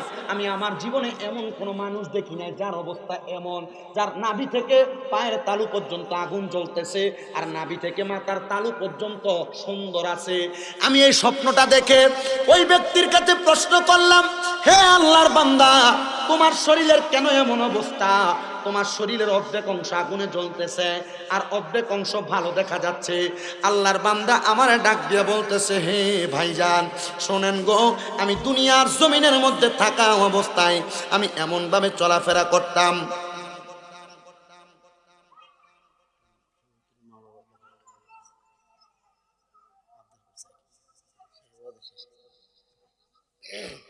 আমি তো একটা ওয়াজ করতেছি না, এরপরে আমি আস্তে আস্তে আস্তে আস্তে আমাকে বলা লাগে না, আমি আমার ধারাবাহিকতায় ওয়াজ করি। আমি আমার ওয়াজে কখনো রাজনৈতিক বক্তব্য দিই না, কাউকে গালামন্দ করি না। আমি আমার মতো এক ভাষে ওয়াজ করি, চেষ্টা করি মানুষকে দুই একটা মর্তবার মাধ্যমে মানুষকে সুন্দর করে হেদায়েতের পথে আনার, কবুল করার মালিক আমার। ঠিক আছে না? আমাকে যেটা দিছে ইনশাল্লাহ আমি চেষ্টা করব এটার উপরেই কথা বলবো। আমি আমার ওয়াজকে নিয়ে আমি একটা বিষয়ে কথা বলি না, আমি অনেকগুলো বিষয়ে কিছু করে কথা বলি, যেন মানুষ হেদায়েতের পথ পায়, আলোর পথ পায়। আমি এতটুকু চেষ্টা করবো। আপনাদের কি কষ্ট হবে? আপনারা বসবেন তো ইনশাআল্লাহ? আপনি একটু ঘড়ির টাইমটা ধরে দেখেন তো। আমি মাইক ধরছি যে সময় 42 মিনিট হয়ে গেছে। আপনি টেরও পান না, লক্ষ্য করে আপনি টের পান না, কিন্তু 42 মিনিট যে চলে গেছে। আমি আমার ওয়াজের ধারা, আপনি একটু পিছনে যেতে হবে, আমার হাত লাগলে পরে আপনার মুখে লাগবে। আপনারা থাকবেন কিছুক্ষণ? কারা কারা থাকবেন একটু হাত তোলেন তো দেখি। সবাই থাকবেন? মারহাবা। মহিলারা চিন্তা করতেছে হুজুর তাড়াতাড়ি ছুটি দিয়ে দেন, আমরা চলে যাই। আম্মুজিরা আপনারাও থাকবেন তো ইনশাআল্লাহ? আল্লাহ কবুল করেন, জোরে পড়েন আমিন। এ মুসলমান ইমানদার, এ নবীর উম্মতের দল, আল্লাহর বান্দা বলে আমি জিজ্ঞাসা করলাম, এ ভাই আপনার কেন এমন অবস্থা? আপনার নাভি থেকে পায়ের তালু পর্যন্ত আগুন জ্বলতেছে, আর আপনার নাভি থেকে মাথার তালু পর্যন্ত সুন্দর দেখা যাচ্ছে। ডাক দিয়ে বলতেছে, আল্লাহর কোরআন তেলাওয়াত করে, বিসমিল্লাহির রহমানির রহিম, লা ইয়াস্তাবি আসহাবুন নারি ওয়া আসহাবুল জান্নাহ, আসহাবুল জান্নাতি হুমুল ফাইজুন। উনি বলতেছেন আল্লাহ তাআলার জাহান্নাম এবং জান্নাত একরকম নয়। আসহাবুল জান্নাতি হুমুল ফাইজুন, যারা জান্নাতি তারা হলো সফল কাম। কিন্তু আপনার শরীরের এই কি অবস্থা? অর্ধেক আগুনে জ্বলতেছে আর অর্ধেক ভালো দেখা যায়। আপনি কি জান্নাতি না জাহান্নামী? আমি তো কোনোটাই বুঝতেছি না। উনি বলতেছেন, ভাই শুনেন, আমি দুনিয়াতে ইন্তেকাল করার আগে আমি বিবাহ করেছি। আমার স্ত্রীর গর্ভ থেকে একটা কন্যা সন্তান জন্ম নিয়েছে। আমার কন্যা সন্তানটা জন্ম নেওয়ার পরে আমি যখন ইন্তেকাল করি, তখন আমার ওই মেয়েটার বয়স ছিল 13তম বছর। আমি যখন ইন্তেকাল করি, আমার স্ত্রীর গর্ভে আরেকটা সন্তান ছিল। ওই সন্তানটা আমার স্ত্রীর গর্ভে ছিল 5 মাস বয়সের। হুজুর, আমার যেই মেয়েটা আমি ইন্তেকাল করার আগে 12 বছর পর্যন্ত বয়স, আমি ওই মেয়েটাকে নামাজওয়ালা বানাইছি, ওই মেয়েটাকে কোরআনওয়ালা বানাইছি, ওই মেয়েটাকে হাদিসওয়ালা বানাইছি, ওই মেয়েটাকে দুনিয়ার জমিনের সঠিক শিষ্টাচার আমি শিক্ষা দিয়ে কবরে আসছি। কিন্তু আমি দুনিয়ার জমিন থেকে কবরে আসার পর আমার কন্যা সন্তান, যেটা স্ত্রীর গর্ভে 5 মাসের ছিল, জন্মগ্রহণ করেছে। জন্মগ্রহণ করার পরে আমার স্ত্রী তাকে সুন্দরভাবে মানুষ করতে পারে নাই। আমার ওই মাইয়াটা বেপরদাভাবে ঘুরে বেড়ায়, আমার ওই মাইয়াটা অবাধভাবে চড়ে বেড়ায়, ওই মাইয়াটা বিশৃঙ্খলা সৃষ্টি করে চড়ে বেড়ায়। হুজুর, আল্লাহ তাআলা আমার একটা মেয়ের কারণে আমার অর্ধেক শরীরের গুনাহ মাফ করে দিয়ে অর্ধেক শরীরকে নাজাত দিয়েছে। আর একটা মেয়ে বেপরদা বেহায়াপনাতে চলার কারণে আল্লাহ আমার শরীরের অর্ধেক অংশকে আযাবের আগুনে জ্বালাইতেছে। এ সন্তানেরা, এ বাবারা, এ পর্দার অন্তরালের মা বোনেরা, আপনারা মনে করবেন না আপনার বাবা কবরে, আপনার মা কবরে, তারা মনে হয় মারা গেছে, তারা দুনিয়া জমিন থেকে সারা গেছে না। আপনার অপকর্মের ফল কবরের মধ্যে আপনার মা বাবা ভোগ করা লাগবে। কারণ তাদেরকে প্রশ্ন করবে, তুমি তোমার সন্তানকে এই কাজগুলা শিখাও নাই বিদায় তোমার সন্তান অপকর্ম করে, তোমার সন্তানকে এই ভালো কাজগুলা শিখাও নাই বিদায় তোমার সন্তান বেপরদা চলে, চুরি করে, পরের হক মেরে মেরে খায়। পর্দার অন্তরালের মা বোনেরা, তোমাকেও প্রশ্ন করবে, তুমি তোমার সন্তানকে, তোমার মেয়েকে পর্দা শিখাও নাই বিদায় তোমার মেয়েটা বেপর্দা চলে, অবৈধ মেলামেশা করে, মানুষের সঙ্গে খারাপ আচরণ করে। এটার কারণে আল্লাহ তাআলা তোমাদেরকে কবরে আযাব দিবে। উনি বলেন, আমার একটা মেয়ের কারণে আমার কবরের মধ্যে একটার অর্ধেক শরীরের মধ্যে আযাব আর অর্ধেক শরীর ভালো আছে। বলে, আপনার বাড়িটা কোন জায়গায় একটু খবর আমাকে বলবেন। বলো, এলাকার বড় মসজিদের পার্শ্ববর্তী বাড়ি আমার। হুজুর বলেন, আমি আমার মসজিদ থেকে সব সময় বের হয়ে মানুষের বাড়ি বাড়ি খবর নিতাম, কিন্তু এই বাড়িটা আমার মসজিদের পাশে, এই বাড়ির দরজা সব সময় বন্ধ থাকতো বিদায় আমি মনে করতাম এই ঘরের মধ্যে কোনো মানুষ নাই। আমি এ কথা চিন্তা করে ঘরের সামনে যেতাম না। আমি দৌড়ে গেলাম, এ ঘরের বাসিন্দারা আসো নাকি কেউ বলে। আমি একবার সালাম দিলাম, আসসালামু আলাইকুম ওয়া রাহমাতুল্লাহ। আমি দুইবার সালাম দিলাম, আসসালামু আলাইকুম ওয়া রাহমাতুল্লাহ। আমি তিনবার সালাম দিলাম, আসসালামু আলাইকুম ওয়া রাহমাতুল্লাহ। কিন্তু আমার সালামের জবাব না দিয়া একটা মেয়ে ঘরের দরজাটা খুইলা আমার শরীরের মধ্যে ঝুটা পানি অথবা ময়লা পানি ফিটকা মার সেভাবে মেলায়া দিছে।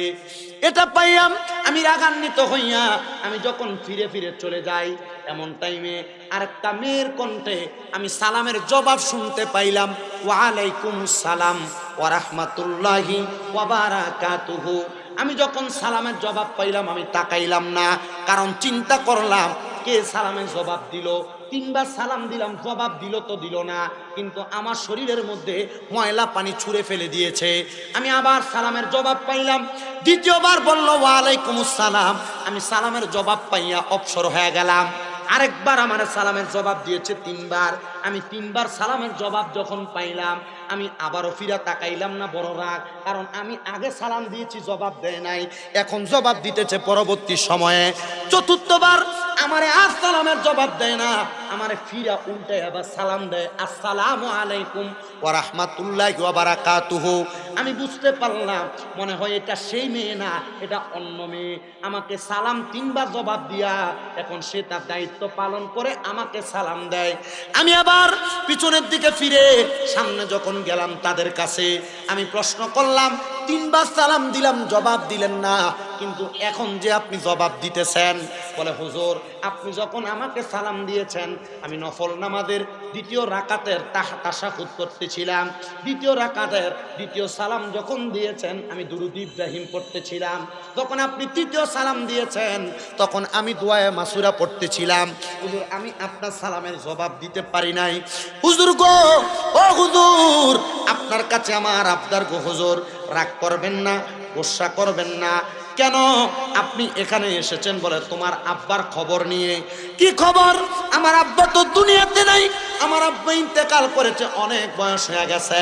হুজুর আপনি বলেন না আমার আব্বার এমন কোন খবর আপনি জানেন যে খবর আপনি আমাদের কাছে নিয়ে আসছেন? হুজুর ডাক দিয়ে বলতেছেন অন্য কোনো খবর না রে মা, আমি কবরের আযাবের খবর তোমাদের কাছে দিতে আসছি। এখন আমি বুঝতে পারলাম তোমার এই ছোট্ট বোনটার এমন আচরণের কারণে আল্লাহ তাআলা তোমার আব্বা জানের কবরের মধ্যে অর্ধেক শরীরের মধ্যে আযাব প্রদান করতেছে। ওই মাইয়া বলেন আমি আমার বাবাকে দুনিয়াতে আসার পরে দেখি নাই, কারণ আমি যখন আমার মায়ের গর্ভে 5 মাসের ছিলাম আমার আব্বা ইন্তেকাল করেছে, তো আমার কারণে কেমনে আমার আব্বা জান জ্বলতেছে। মাইয়া বলে হুজুর আপনি যে আমার আব্বা জানের কবরের খবর আপনি বলে দিয়েছেন, তাহলে আমার আব্বা আমার কোন অন্যায়ের কারণে আমার আব্বা কবরের আযাবের শিকার এটাও বলতে পারবেন? বলেন আপনি কোন কারণ?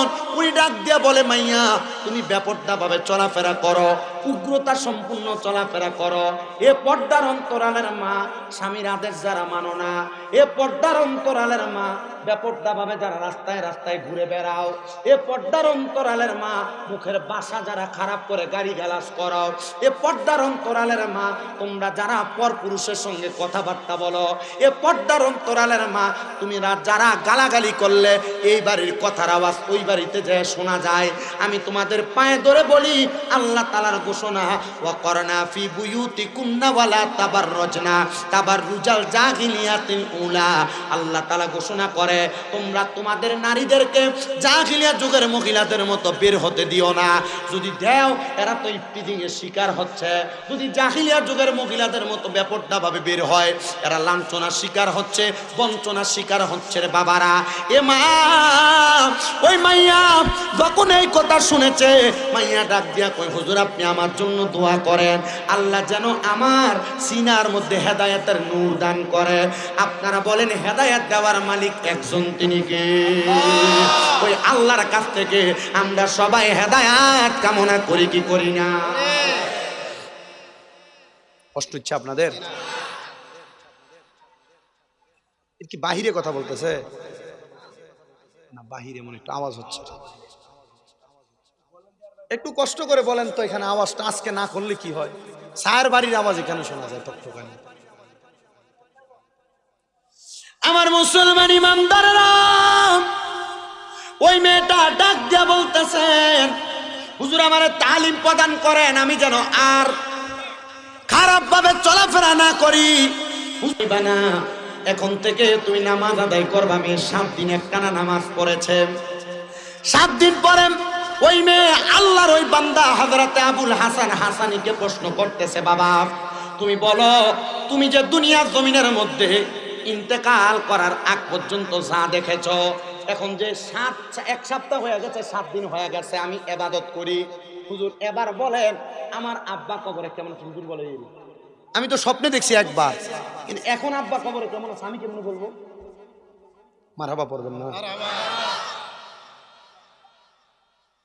আল্লাহ তাআলা আপনাকেও দেখাইতে পারেন। আপনি যদি হক বান্দা হন, আপনিও আপনার মা বাবাকে কবরে কেমন আছে দেখবেন, বুঝবেন। দেখবেন মাঝে মাঝে আপনি আপনার মাকে স্বপ্ন দেখেন, বাবাকে স্বপ্ন দেখেন, দাদা দাদি আত্মীয় স্বজনকে স্বপ্ন দেখেন, দেখেন না? কেন জানেন? সবাইকে কিন্তু মৃত ব্যক্তি স্বপ্ন দেখা দেয় না। স্বপ্নে তাকে দেখা দেয় যাকে দেখা দিলে ওই মৃত ব্যক্তির কোনো ফায়দা হবে। মারহাবা পড়বেন না? মারহাবা। আল্লামা ইবনে সিরিন তার স্বপ্নের তাবিরের কিতাবের প্রথম দিকে লিখছেন, মৃত ব্যক্তি ওই ব্যক্তিকে দেখা দেয়, সেই ব্যক্তি দেখা পাওয়ার পর ওই মৃত ব্যক্তির জন্য দোয়া করবে।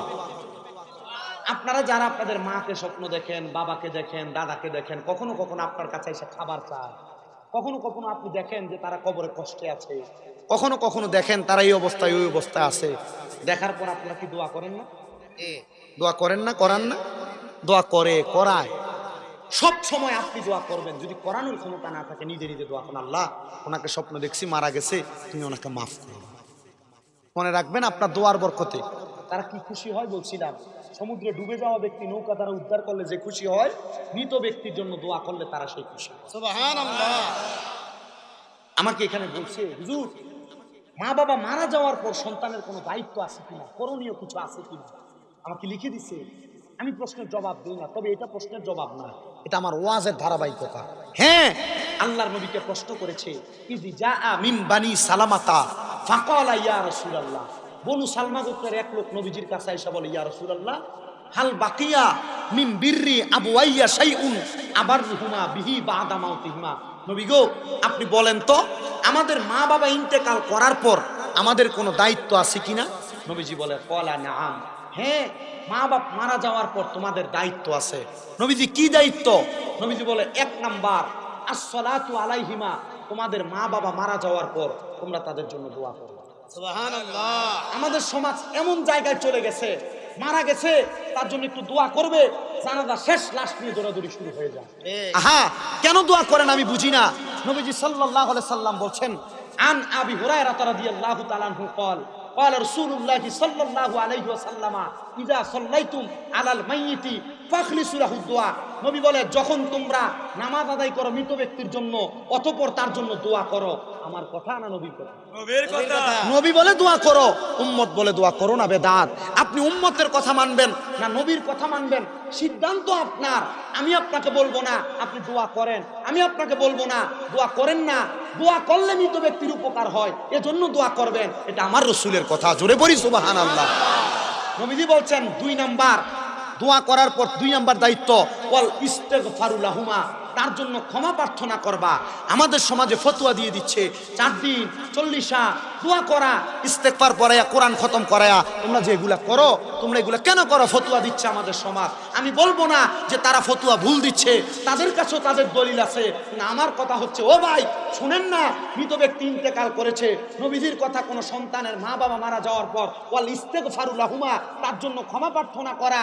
যখন 4 দিনে মানুষকে খাবার খাওয়ায়, 4 দিন 40 মানুষকে খাবার খাওয়ায়, মানুষকে এটা সেটা দেয়, দোয়া করে, আলেম ওলামা দোয়া করে, এটার মাধ্যমে আল্লাহ তাআলা দোয়া করেন না, আল্লাহ তাকে মাফ করে দাও, আল্লাহ আমার মাকে মাফ করে দাও, বাবাকে মাফ করে দাও।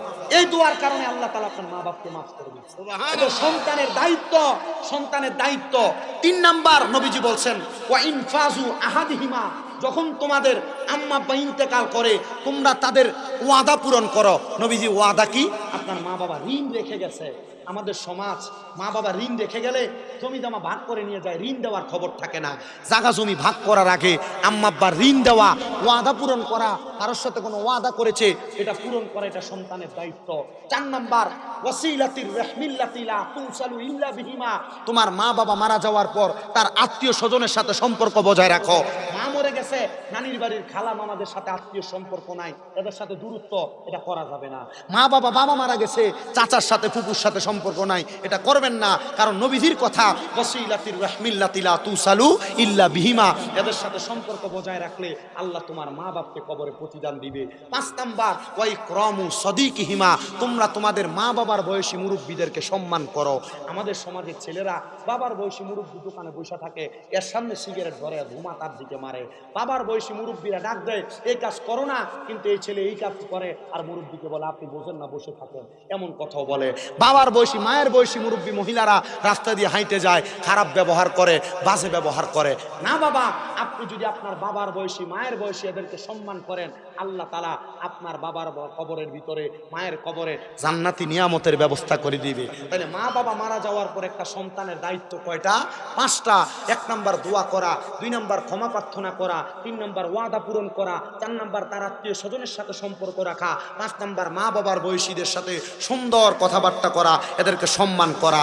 আল্লাহ তাআলা কবুল করেন, পড়ে না আমি। ওই মেয়ে ডাক দিয়ে বলেন হুজুর আমার যে তো বাবা নাই, আপনি আমার বাবার মতো। হুজুর 7 দিন হয়ে গেছে আমার বাবার এবার আমি ইবাদত করি, আমার বাবাকে যেন আল্লাহ মাফ করে দেয়। আমার আব্বা কেমন আছে আপনি একবার বলেন না। হুজুর ডাক দিয়ে বলতেছেন মা শুনে নাও, আমি তোমাকে বলবো না, তবে আমি তোমাকে একটা সালাতের কথা বলে দেই, যে সালাত আদায় করলে আল্লাহ তাআলা বান্দার মনের যেই কোনো আশা পূরণ করে দেয়। বলে কোন সালাত? বলে ওই সালাতের নাম হলো ওয়া মিনাল লাইলি ফাতাহাজ্জাদ বিহি নাফিলাতাল লাকা আসা আইয়াবাসাকা রাব্বুকা মাকামাম মাহমুদা। জবান খুলে উচ্চ কণ্ঠে জোরে জোরে পড়েন আল্লাহু আকবার। আল্লাহ তাআলা নবীকে বলেন আপনি রাতের কিছু অংশে তাহাজ্জুদের নামাজ আদায় করেন। আপনি যদি তাহাজ্জুদের নামাজ আদায় করেন, অতি সত্বর আপনাকে মাকামে মাহমুদ দেওয়া হবে। আমার নবীজির উপরে যখন আয়াতে কারিমা নাজিল হয়, আমার নবীজি মা আয়েশা সিদ্দিকা রাদিয়াল্লাহু তাআলা আনহার ঘর মোবারকে অবস্থান করেন। নবী আমার এশারের নামাজের পর থেকে ফজরের নামাজের সুবহে সাদিকের আগ পর্যন্ত মাত্র 2 রাকাত নামাজ পড়েছেন। মা আয়েশা বলে ইয়া রাসূলুল্লাহ, আপনাকে এত লম্বা নামাজ আর কোনোদিন পড়তে দেখি নাই, এত লম্বা রুকু, এত লম্বা সিজদা নবী কেন? নবী আমার নামাজ শেষ করার পর আম্মা জান আয়েশা সিদ্দিকা বলে আমি তাকায়া দেখলাম আমার নবীজির চোখ মুবারক গুলা লাল হয়ে গেছে, নবীজির চোখ মুবারক বায়া বায়া পানি পড়তেছে। আমি আমার নবীকে প্রশ্ন করলাম ইয়া রাসূলুল্লাহ, এমন করে কেন কান্না করলেন? নবী আমার জবাব দিয়েছে রে আয়েশা, আমার আল্লাহ বলেছে আমি যদি তাহাজ্জুদ পড়ি আমি নবীকে মাকামে মাহমুদ প্রশংসার জায়গা দিবে। কিন্তু আমি নবী 2 রাকাত নামাজ পড়ে আল্লাহর কাছে কান্নাকাটি করেছি, আল্লাহ আমি নবী একদিন দুনিয়াতে থাকবো না, আমি নবী পর্দা নিয়ে রওজা মুবারকের মধ্যে চলে যাব, কিন্তু আমার উম্মতেরা আমি নবীরে ভালোবাসা তাহাজ্জুদ করবে। আল্লাহ আপনি আমার উম্মতের কি প্রদান করবেন?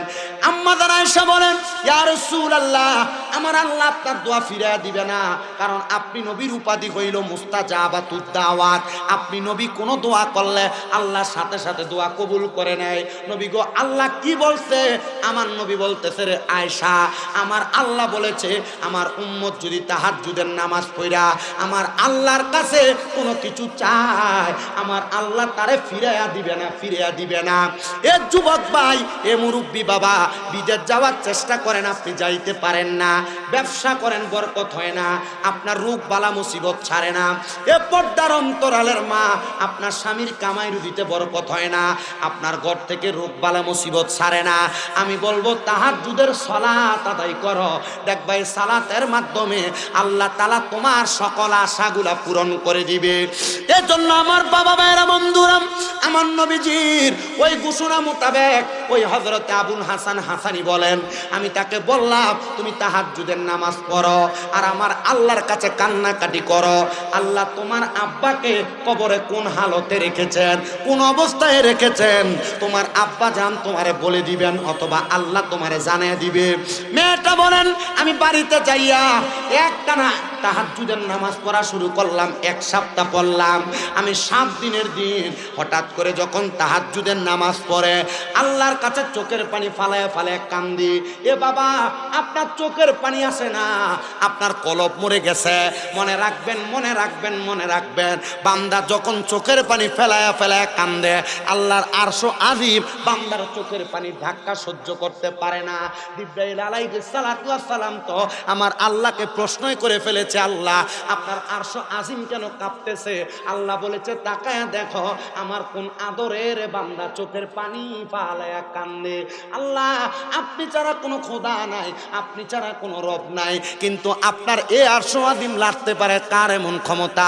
বলে দুনিয়ার কারোর কোনো ক্ষমতা নাই, তবে আমার আরশ আজিম আমার বান্দার চোখের পানির ধাক্কা সহ্য করতে পারে না।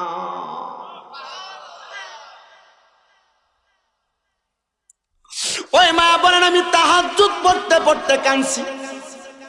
হায়রে আমার কোন মা বোনেরা এই লক্ষ্মীর চরের আশেপাশে এলাকার জামালপুর জেলার কত মহিলারা জানি তাদের মাকে কবর দিয়া এই মাহফিলে বসছে, কত মেয়েরা জানি তাদের বাবাকে হারায় এই মাহফিলে বসছে, কত সন্তানেরা জানি তাদের মা বাপকে মাটি দিয়ে মাহফিলে বসছে। তারা জানে না তাদের বাবা কবরে কেমন আছে, তাদের মা কবরে কেমন আছে। আমি বলবো চোখের পানি ফালায়া ফালায়া নামাজ পড়া পড়া কান্দো, দেখবা তোমার মা বাপ কবরে কেমন আছে। ওই মা বলে আমি কান্দি, কান্না করতে করতে আমি হঠাৎ করে দেখলাম আমার ঘরটা একটা নূরের আলোতে ঝলমল ঝলমল করতেছে। আমি আমার ঘরের মধ্যে আলো দেখে আমি চোখ খুলতে পারতেছি না। অধিক পরিমাণ আলো যদি কারো চোখের সামনে থাকে চোখ খোলা যায় না আলোর স্পর্শে। ওই মা বলে আমি চোখের পানি ছেড়ে দিয়ে কান্না করতেছি, আমার ঘরটা আলোকিত হয়ে গেছে, আমি চোখ খুলতে পারতেছিলাম না। আমি যখন এমন অবস্থা দেখলাম হঠাৎ করে চোখটা খুইলা দেখি রে সাদা রঙের পোশাকওয়ালা একটা ব্যক্তি আমার ঘরের মধ্যে হাজির হয়ে গেছে। আমি জিজ্ঞাসা করলাম, কে আপনি, আপনার পরিচয় কি? উনি ওনার মাথার ঘুমটাটা উঠায়া উনি ডাক দিয়া বলতেছে, গে মা, এ মা, আমি কইলাম তোমার জন্মদাতা বাবা, যেই বাবার জন্মের পরে আর কোনোদিন তুমি দেখো নাই। মাগো, এ মা, তুমি কি আমাকে দেখা কোনো ভয় পাও? মা ডাক দিয়া কই, এ আব্বা জান, আপনার এই অবস্থা হুজুর হাসান বলেছেন আপনি নাকি অর্ধেক শরীর আগুনে জ্বলে আর অর্ধেক ভালো। এখন দেখা যায় আল্লাহ তাআলা আপনার পুরা শরীরটাকে সুন্দর বানায়া দিছে। ওই বাবা ডাক দিয়া কয়, এ মা, মনে রাখবি গো মা, মনে রাখবি একটা নেক সন্তানের দুয়ার বরকতে আল্লাহ তাআলা তার মা বাপরে মাফ করে দেয়। মা গো, 2 সপ্তাহ আগে যেদিন তুমি তওবা করেছ আর কোনোদিন আমি আল্লাহ তাআলার বান্দা, আমি আল্লাহ তাআলার বান্দা হইয়া গুনার কাম করবা না, বেপরদা চলবা না, নামাজ ছাড়বা না গো মা। ওই দিন আমার আল্লাহ তাআলা তুমি মাইয়ার ইবাদতের কারণে আমি আব্বার কবরের আযাব মাফ করে দিছে। আমি জানি না রে আজকের মাহফিলে কোন সন্তানেরা তাদের বাবার কবরের আযাবের কথা স্মরণ করে, মায়ের কবরের আযাবের কথা স্মরণ করে বসছ।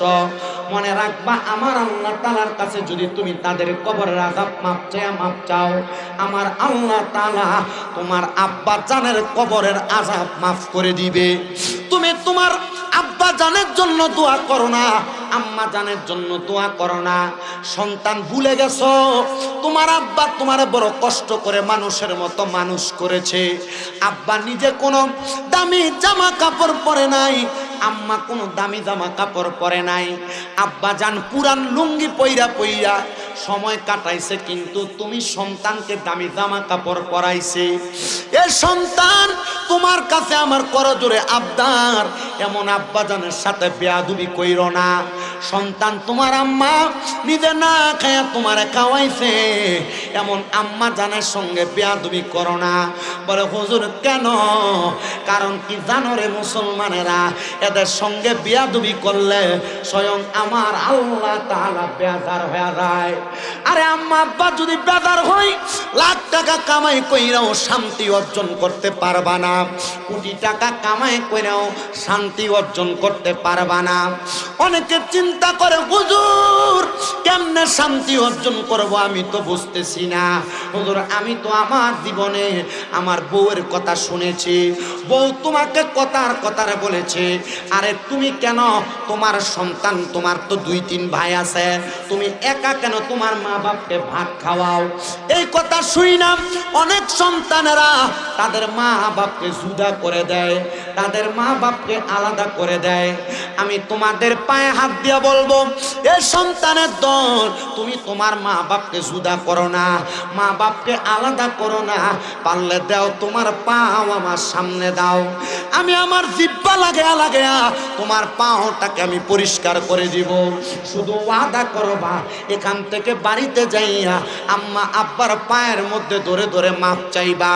যতক্ষণ পর্যন্ত তোমার মা বাবা তোমার মাফ না করবে, ততক্ষণ পর্যন্ত মা বাবার কদম ছাড়বা না। কারণ আল্লাহর নবীর কথা, রেদার রব্বি ফি রিদাল ওয়ালিদাইন, আম্মা আব্বার সন্তুষ্টিতে আমার আল্লাহ তাআলা সন্তুষ্টি হয়ে যায়।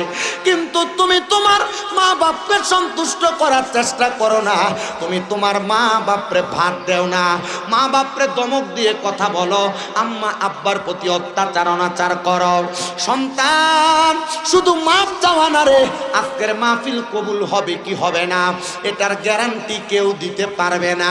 তবে একটা গ্যারান্টি দিয়া যায়, আগামীকালকে যদি দেখো এই লক্ষ্মীর চরের দোকানে বৈশা কোনো মুরব্বী বাবা বলতেছে, হ্যাঁ আমার সন্তান কোনোদিন আমার সাথে কোনো অন্যায় করে নাই, কিন্তু কুমিল্লা থেকে আগত বক্তার ওয়াজ শুই না আমার ছেলেটা বাড়িতে যাইয়া আমার পায়ে ধরে মাপ চাইছে, মনে করবা মাহফিল কবুল হয়ে গেছে।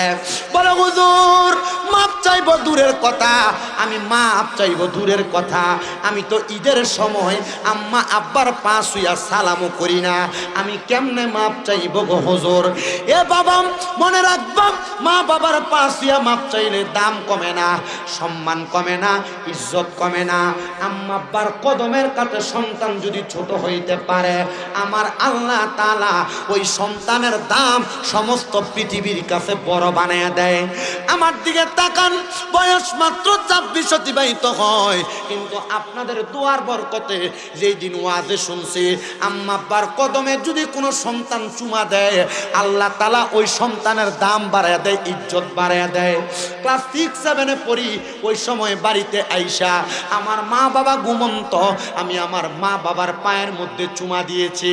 এরপর থেকে আল্লাহ তাআলা আমার সম্মান বাড়াইছেন। আপনাদের দোয়াতে আমার কুমিল্লাতে একটা না দুইটা না 6-6টা মাদ্রাসা, আমার 1170 জন পোলাপান আমার মাদ্রাসাতে পড়ালেখা করে। এ বাবা আমি জানি আমার কোনো শিক্ষাগত যোগ্যতার জোরে পড়ে না, আমি জানি আমার মা বাবা, আমার উস্তাদ আসাতেজা যারা আছে তাদের দোয়ার বরকতে, আমার মুরব্বী যারা আছে তাদের দোয়ার বরকতে আল্লাহ তাআলা আমার এত সম্মান প্রদান করেছে। সন্তান রে তুমি মাপ চাও কিনা জানি না, তবে আজকে যায় মাপ চাইয়া দেখবা তোমার মন বড় হালকা লাগতেছে, বড় ভালো লাগতেছে। কিন্তু অনেকে চিন্তা করে হুজুর যাদের বাড়িতে বাবা আছে তারা বাড়িতে যাইয়া বাবার পায়ে ধরে মাপ চাইবে, আমার তো আব্বা নাই, আমি কার পায়ে ধরে মাপ চাইবো? হুজুর যাদের বাড়িতে মা আছে তারা বাড়িতে যাইয়া মার পায়ে ধরে মাপ চাইব। আমার তো মা নাই, আমি কার পায়ে ধরে মাপ চাইব?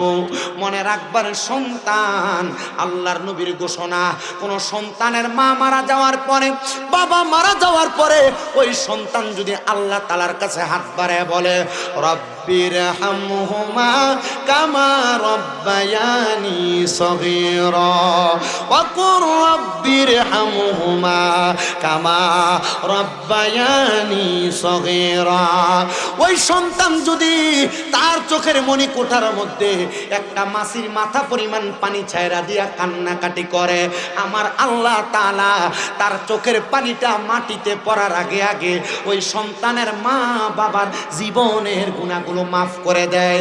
এ পর্দার অন্তরালের মা, তোমার বুঝি বাবা নাই, তোমার বুঝি মা নাই? এ সন্তানের দরেরা, তোমাদের বুঝি মা নাই, তোমাদের বুঝি বাবা নাই? একবার চিন্তা করে দেখো, আম্মা আব্বা কত কষ্ট করে কামাই করে খাওয়াইছে, এখন তোমার কাছে টাকার অভাব নাই, কিন্তু মা বাবার বড় অভাব। এরা কবরে কেমন আছে তুমি সন্তান জানো না? সন্তান রে, এদের জন্য বেশি বেশি করে দোয়া করবা। কিন্তু এমন অনেক সন্তান আছে তারা তাদের মা বাবার সঙ্গে খারাপ আচরণ করে, বিয়া করার পরে মা বাপরে ভাব দেয় না। মনে রাখবাম, একটা সন্তানের মা বাবা জীবিত থাকা অবস্থায় একটা সন্তানের উপরে মা বাবার কিছু অধিকার আছে, এবং মা বাবার উপরে সন্তান, যদি তোমার মা বাইচা থাকে, তোমার বাবা বাইচা থাকে, তোমার এক নাম্বার দায়িত্ব এমন ভাবে সম্মান করবা, আল্লাহ তাআলা ওই সম্মানের কারণে তোমার সম্মান বাড়ায়া দিবে। তোমার মা বাপ বাইচা থাকলে এমন ভাবে আম্মা আব্বার ভরণ পোষণ দায়িত্ব পালন করবা যেন মা বাবার মনের মধ্যে কোনো কষ্ট না যায়। এমন কোনো আচরণ করবা না যে আচরণের কারণে তোমার মা বাবা উফ শব্দ ব্যবহার করে।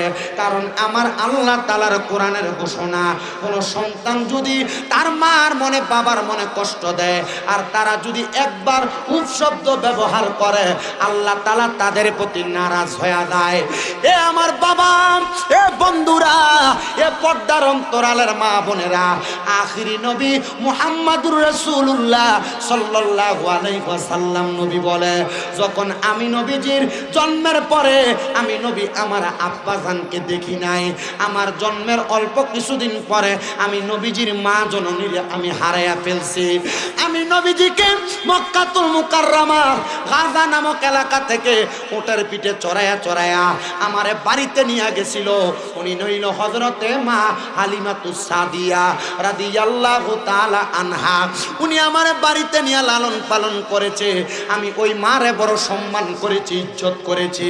ও বাবা, আপনাদের দুয়াতে আমি ওই মা হালিমাতুস সাদিয়ার বাড়ি যেই তায়েফ এলাকায়, ওই তায়েফ এলাকায় গিয়ে আসছি। আমার নবীজি ছোট্টবেলা আম্মা জানা হালিমাতুস সাদিয়ার বাড়ি থেকে হযরতে কাব বিন আহবাবের বাড়িতে চলে গিয়েছিল।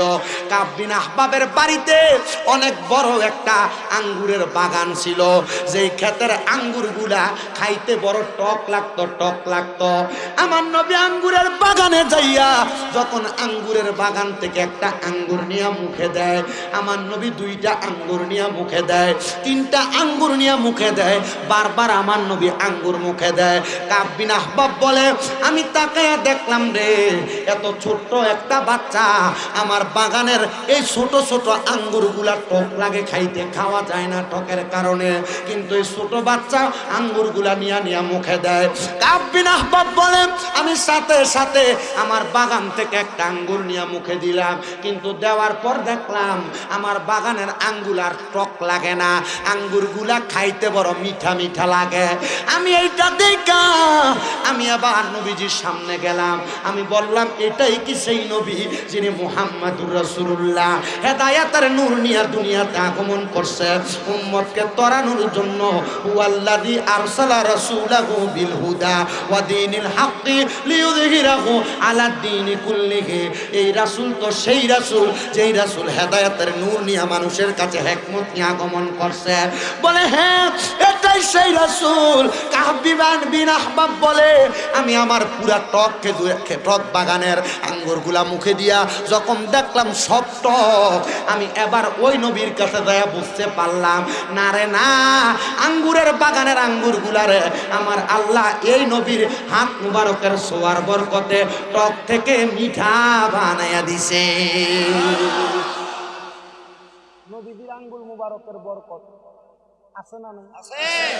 এই বিশ্বাস আছে? কার কার আছে একটু হাত তুলেন।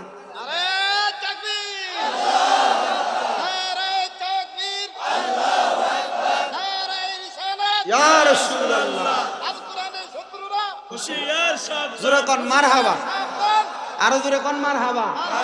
ওই নবী রাহমাতুল লিল আলামিন এই বিশ্বাস অন্তরে আছে না নাই?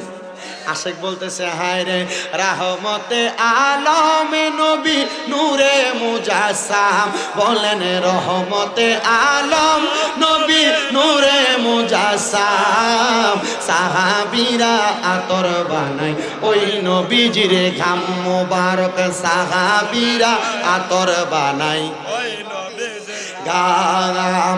বাবা শুনো জানো মানো কেমন আমার নবীজি, যাহারে পাগল চন্দ্র সূর্য তারকারাজি, বলেন যাহারে পাগল চন্দ্র সূর্য তারকারাজি।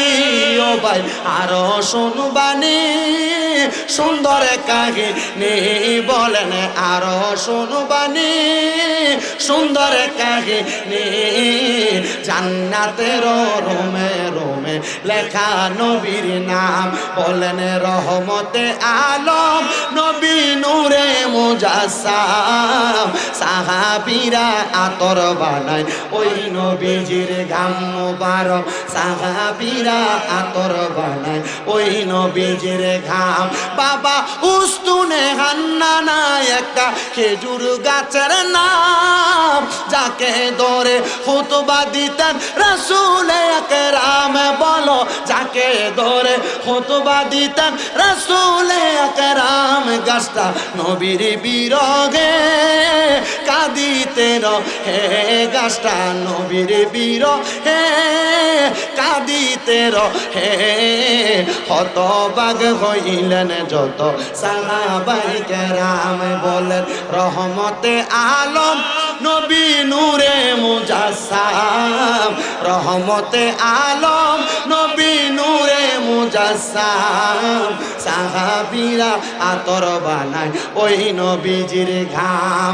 একটা জবান বন্ধ রাখবেন না, চিৎকার মেরে বলেন আল্লাহু আকবার। এই জগতের বন্ধুরা রে, ওই নবীজি ডাক দিয়া বলে ওই মা হালিমাতুস সাদিয়া রে, আমি নবী বড় সম্মান করেছি, বড় ইজ্জত করেছি রে। আমি নবী যখন মক্কা থেকে মদিনাতে চলে আসছে, সাহাবায়ে কেরাম বলে আমরা আমার নবীজিকে সামনে নিয়ে একসাথে বসেছিলাম। আমরা যখন বসা, আমি দেখলাম আমার নবীজি হঠাৎ করে নবীজির বসা থেকে দাঁড়ায় গেলেন আর বললেন ও সাহাবায়ে কেরাম তোমরা তোমাদের মাঝখান থেকে জায়গা করে দাও। আমরা জায়গা করে দিলাম। নবীজির ঘাড় মুবারক কাঁধ মুবারক তাইকা আমার নবীজির চাদরটা নিয়ে আমার নবী বিছিয়ে দিলেন। আর আমরা তাকায়া দেখলাম একজন মহিলা বৃদ্ধ, উনি লাঠি বট দিয়া দিয়া আইসা ওই চাদরের উপর দাঁড়াইলেন। আর দাঁড়ানোর সাথে সাথে আমার নবী ওনাকে সম্মান করলেন। উনি যখন চলে গেল, সাহাবায়ে কেরাম প্রশ্ন করে ইয়া রাসূলুল্লাহ আপনি নবীর চাদর মুবারকের জন্য আমরা বড় পাগল দেওয়ানা। নবী গো তিনি কে গো নবী যাকে আপনি এত সম্মান করেছেন? আমার নবী ডাক দিয়ে বলেন এ সাহাবায়ে কেরাম ইনি হইল আমি নবীর দুধ মা হযরতে হালিমাতুস সাদিয়া। আমি নবীর যখন মা ছিল না, উনি আমারে দুধ পান করায়া করায়া দুনিয়ার জমিনে বড় করেছেন। ও নবীজি আপনি আপনার দুধ মারে এত সম্মান করেছেন, তাইলে আমরা আমাদের নিজের মারে কত সম্মান করব? আমার নবী বলেন হতভাগা সেই সন্তান, কপাল পোড়া সেই সন্তান, হতভাগা সেই সন্তান যে সন্তান তার মা বাবাকে জীবিত অবস্থায় দুনিয়াতে পেল, কিন্তু সে জান্নাত ক্রয় করতে পারল না। নবী গো, মা বাবাকে পাওয়ার সাথে জান্নাত ক্রয় করার সাথে সম্পর্ক কি? নবী আমার বলতেছে, আম্মা আব্বারে খুশি কইরা যদি কোনো সন্তান কবরে যায়, আমার আল্লাহ তাআলা ওই সন্তানের জন্য জান্নাত অবধারিত করে রাখে। জোরে জোরে বলেন সুবহানাল্লাহ। এ বাবা ভাইরা বন্ধুরা, পর্দার অন্তরালের মা বোনেরা, আপনাদের সবার কাছে আমি আবদার জানাই, ওই মা বাবারে সম্মান করবেন।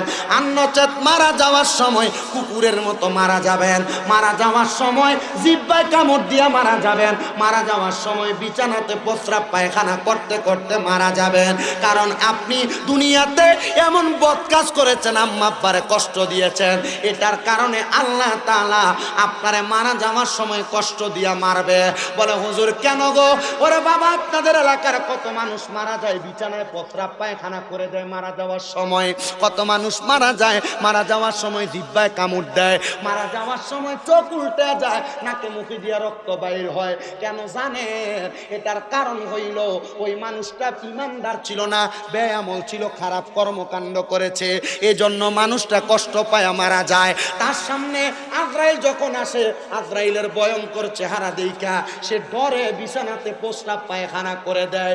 আজরাইল যখন তার সামনে আসে, আজরাইলকে বলার চেষ্টা করে, আজরাইল আমারে মাইরো না, আমার একটু সময় দাও, কবরের সামানগুলা রেডি করি। তখন বান্দার দুই চোয়ালের মাঝখানে দিব্যা কামড় পড়া যায়। এ বান্দা চোখ দিয়ে আজরাইলকে বোঝানোর চেষ্টা করে, বান্দার চোখগুলা উল্টে যায়। হায়রে বাবা, এমন কষ্ট পায় যদি মারা যাও, মানুষ বলবে কেমনে মারা গেছে রে, মনে হয় আজরাইল রে ভয়ঙ্কর ভাবে দেখছে, এজন্য এমনি মারা গেছে। আরে আজরাইল যখন বুকটাতে হাত দেয়, মনে হয় সমস্ত পৃথিবীর বড় বড় পাহাড়গুলো উপরে চাপাইয়া দিছে। বান্দার এত কষ্ট হয়। যখন রুহুটা কবজ করে, তখন বান্দার ঘাড়ের শাহরগগুলা ঠাস ঠাস করে ছিঁড়ে যায়, হাতের রগগুলা ছিঁড়ে যায়, পায়ের রগগুলা ছিঁড়ে যায়, শরীরটা শক্ত হয়ে যায়। বান্দার দেহ থেকে রুহুটা আলাদা করলে বান্দার কত কষ্ট হয় জানো? একটা ছাগলকে জীবিত অবস্থায় লটকায় দিলে, টাইনা টাইনা চামড়া জীবিত অবস্থায় ছিঁড়া ফেললে ছাগলের যত কষ্ট হয়, একটা বান্দার তত কষ্ট হয়। ও আব্বুজি, এমন কষ্ট পায়া যদি মারা যাও, চিন্তা করো কবরে গেলে কি শাস্তি দেয় না পাইবা। বলে হুজুর এমনি কারা মরব? যারা ইমানদার না, যারা বেঈমান, যারা আমল আখলাক করে না, হারাম খায়, পরের হক মেরা মেরা খায়, সুদের টাকা খায়, এই মানুষগুলা এমন খারাপ ভাবে মারা যাবে। এবার আপনারা বলেন, লক্ষ্মীরচর এলাকায় সুদখোর আছে না? আছে। কম না বেশি? আমাদের সমাজের মানুষের সুদখোররে ধরে নিয়ে মসজিদের সভাপতি বানায়, আমাদের সমাজের মানুষের সুদখোর ঘুষখোরে ধরে নিয়ে মসজিদের সেক্রেটারি বানায়, আমাদের সমাজের মানুষ এই সুদখোর ঘুষখোর হারাম করে ধরে নিয়ে এলাকার সর্দার মাতাব্বর বানায়। কথা বলে না কেন? আরে সুদখোর ঘুষখোরে কি নির্লজ্জ মানুষ, এ খায় পরের হক, খায় হারাম, এ কেমনে মসজিদের সভাপতি সেক্রেটারি হইতে যায়? কথা বলে না? এটা কিয়ামতের আলামত, কিয়ামতের আলামত। রাসূল বলছে, যখন দেখবা সমাজে মানুষ নিকৃষ্ট ব্যক্তিদেরকে নেতৃত্ব দেওয়ার কাজে লাগায়, মনে করবা যে কিয়ামত আর বেশি দূরে নাই। আছে ঠিক আছে সুদখোর আছে। দেখবেন লক্ষ্মীচরের বাজারে আর দোকানে বসে বসে লম্বা লম্বা কথা বলে, কিন্তু খায় সুদ। ঠিক কথা বলেন। ঠিক আছে।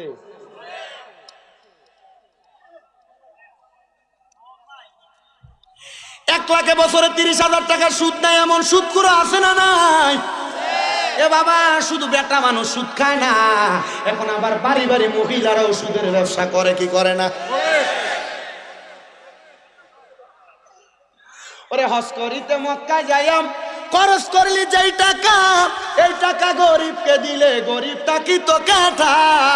কেউ যায় টাকার গুমানে, কেউ যায় দেশে বমনে, আরে ধনীরা যায় ধনের টানে, আনিতে সোনা দানা, শুধু খাইলে নামাজ হবে না, ও মন বুঝো না, গোসু খাইলে নামাজ হবে না।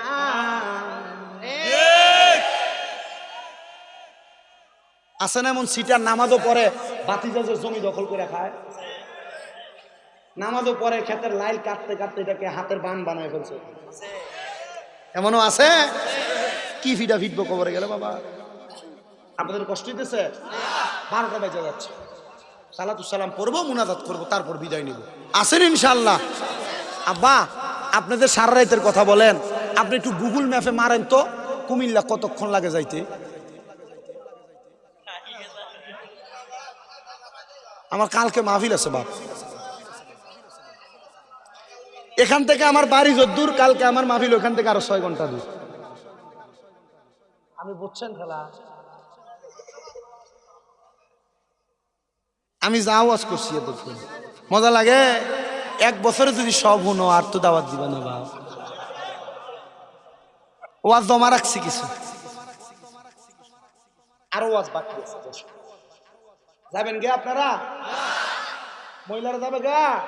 মা যাইস না মা, দোয়া করবো তোর আল্লাহ জমা। বলে হুজুর কি দোয়া করবা? আরে বাবা আমি শুধু দোয়া না, আমি বলছি আমার কয়টা মাদ্রাসা বলছিলাম, আমার এই 6 মাদ্রাসার পোলাপান প্রত্যেক সময় তাহাজ্জুদ করে সমস্ত দেশবাসীর জন্য দোয়া করে। এই যে শবে বরাত গেল না, শবে বরাত, এই শবে বরাতে আমার মাদ্রাসার ছোট ছোট বাচ্চারা পর্যন্ত শবে বরাতের নফল রোজা রাখছে।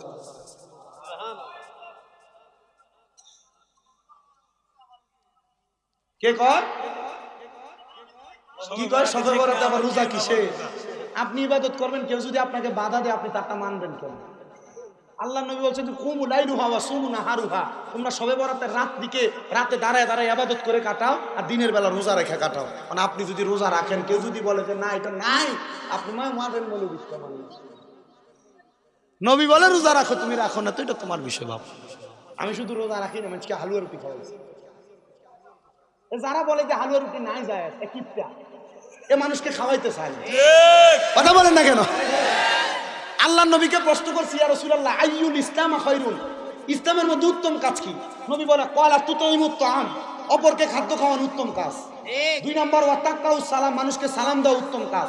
তো উত্তম কাজ যদি খাওয়ানো হয়, তা হালুয়া রুটি খাওয়ায় তোমার লাগে কে? ঠিক। তার মানে বোঝা যায় তুমি কিপটার অশেষ বকিল। এটা এ খাওয়াইতে চায় না মানুষকে।